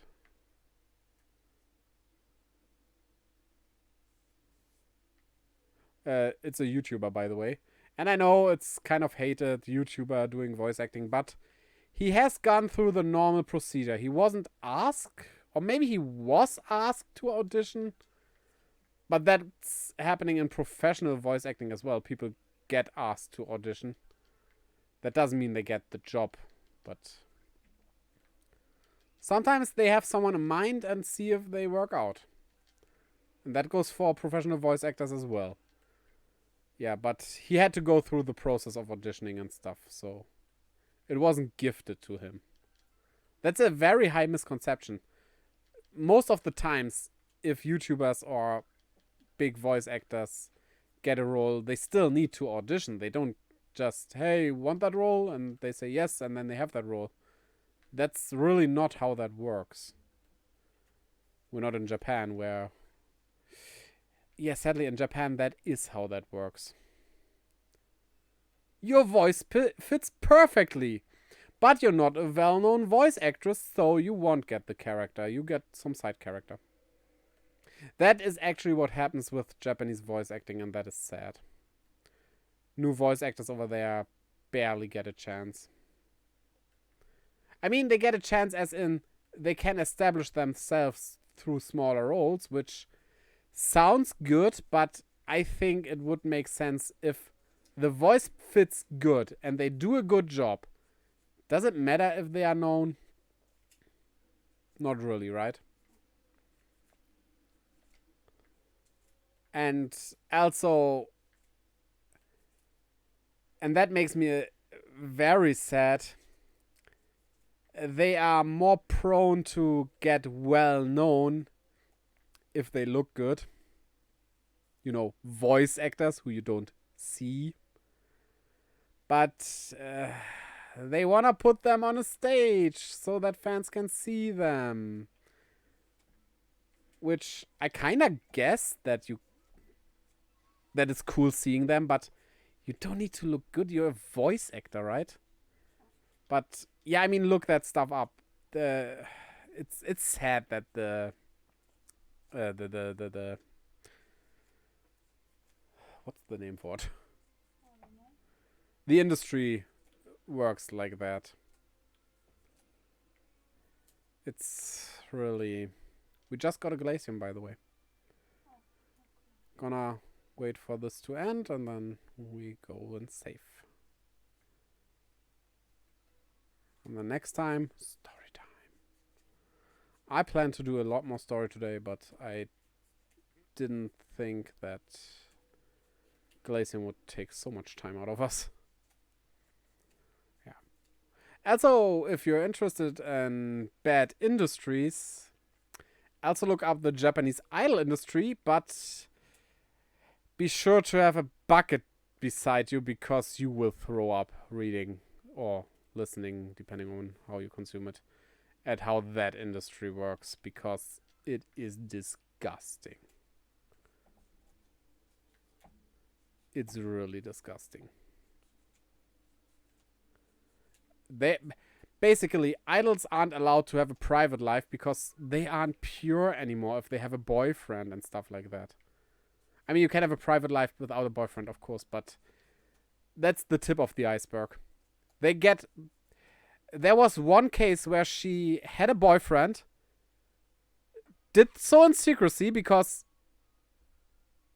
of stupid fans that don't think she's pure anymore.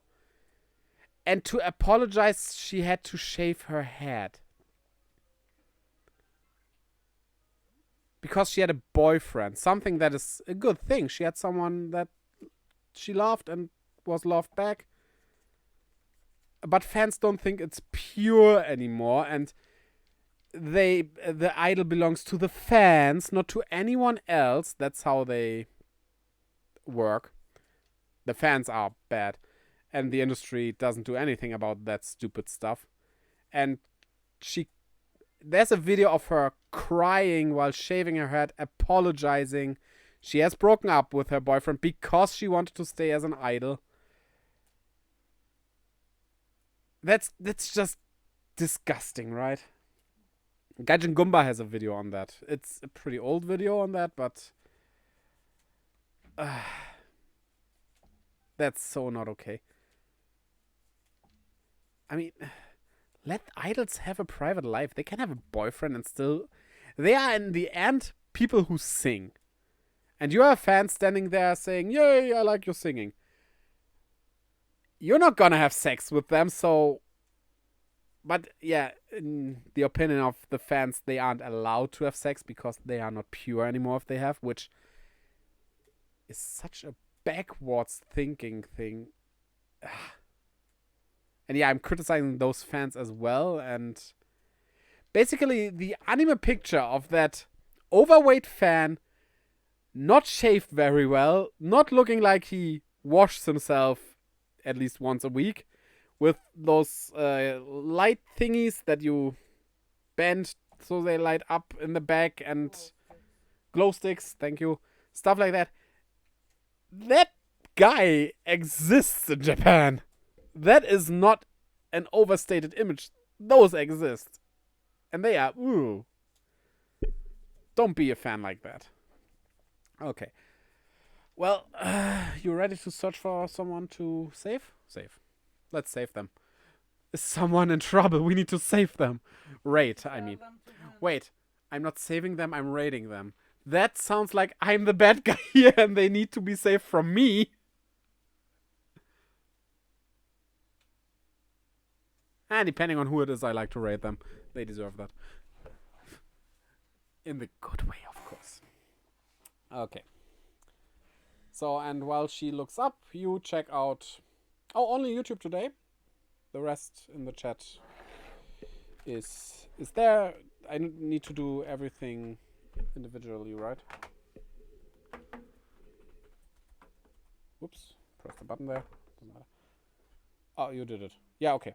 Twitter, Instagram, where I post stuff. You know the gist. You know what they all say. You have watched YouTube before, or Twitch. Click on all those links and like everything you see there and watch everything. And then we're fine. So, yeah. And then who we do ready. I don't have your Twitch. You don't have my Twitch. Okay, wait. I can look for that myself. You just have to put it in. That would be helpful. Because I can barely see anything here. That will be a bit better once we're changing the setup in a few months. Yeah. And that will be better then. Shibuya Kaho. She plays Ninja Turtles. Nice. But I don't think she needs a raid from me. That's okay. TARDIS Blue, maybe? TARDIS Blue? With only one viewer right now. Yeah. Or Kemosobe. Our newest follower, actually. If you want to. Just tell me. Yeah, let's do him. Yeah, sorry. The problem is, when I change my TV from Switch back to monitor the PC, I need to turn it off and on again so it registers. But that also turns off my monitor. It doesn't turn it off, it just makes Oh, wait. PC change from 1 to 2. We going to check if he's really streaming. Maybe he's hosting or something then. For how long he's streaming? If he's like on for 4 hours, that's, well. What should I mute? Isn't desktop muted anyway? No, it's not because of the alerts. Oh, right. Right. I'm gonna mute that. It's muted.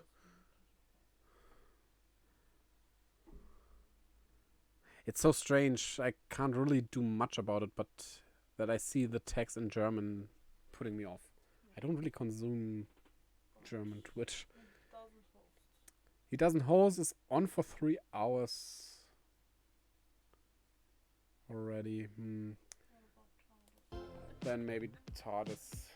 Google Pixel zeigt dich so, wie du bist. I think last time we caught him while he Licht. was finishing off around the same time. So. Das Google Pixel. Could you switch? Also, why does it make a sound if it's muted? Like, to have something different, like to have... Oh, 15 minutes! Yeah, why not? Yeah, that's okay. Then let's do TARDIS Blue. Let's do her. Oh. Them. Sorry.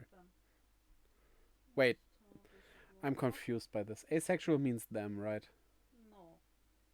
No, asexual is... No sex. Transgender means they are not okay, yeah. the gender they are born as. I'm okay with all that stuff. I just use them. I'm just confused by a lot of that stuff. I'm open. Be what you want to be. Be free. All the power to you. But don't be mad at me if I stumble up with the pronouns. We all need to learn about that stuff. It's... yeah. I'm 34 years old. I was trained. Okay. Yeah, we're gonna rate and... well, I said all the things. So until next time, bye-bye. End screen. Mic off.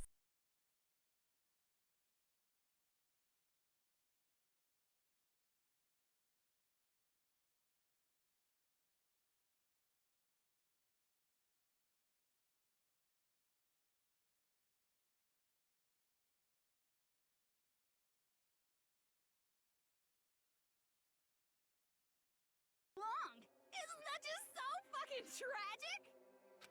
Stop it!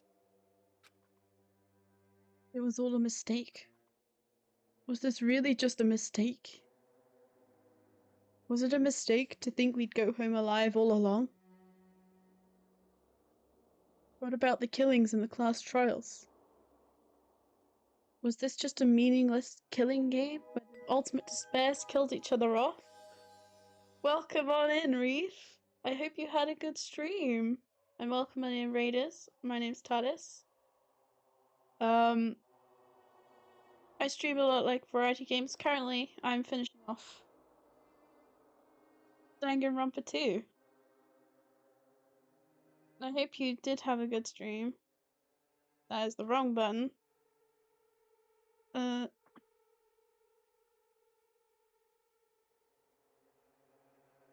I'm trying to type, but I can't spell. That should do that.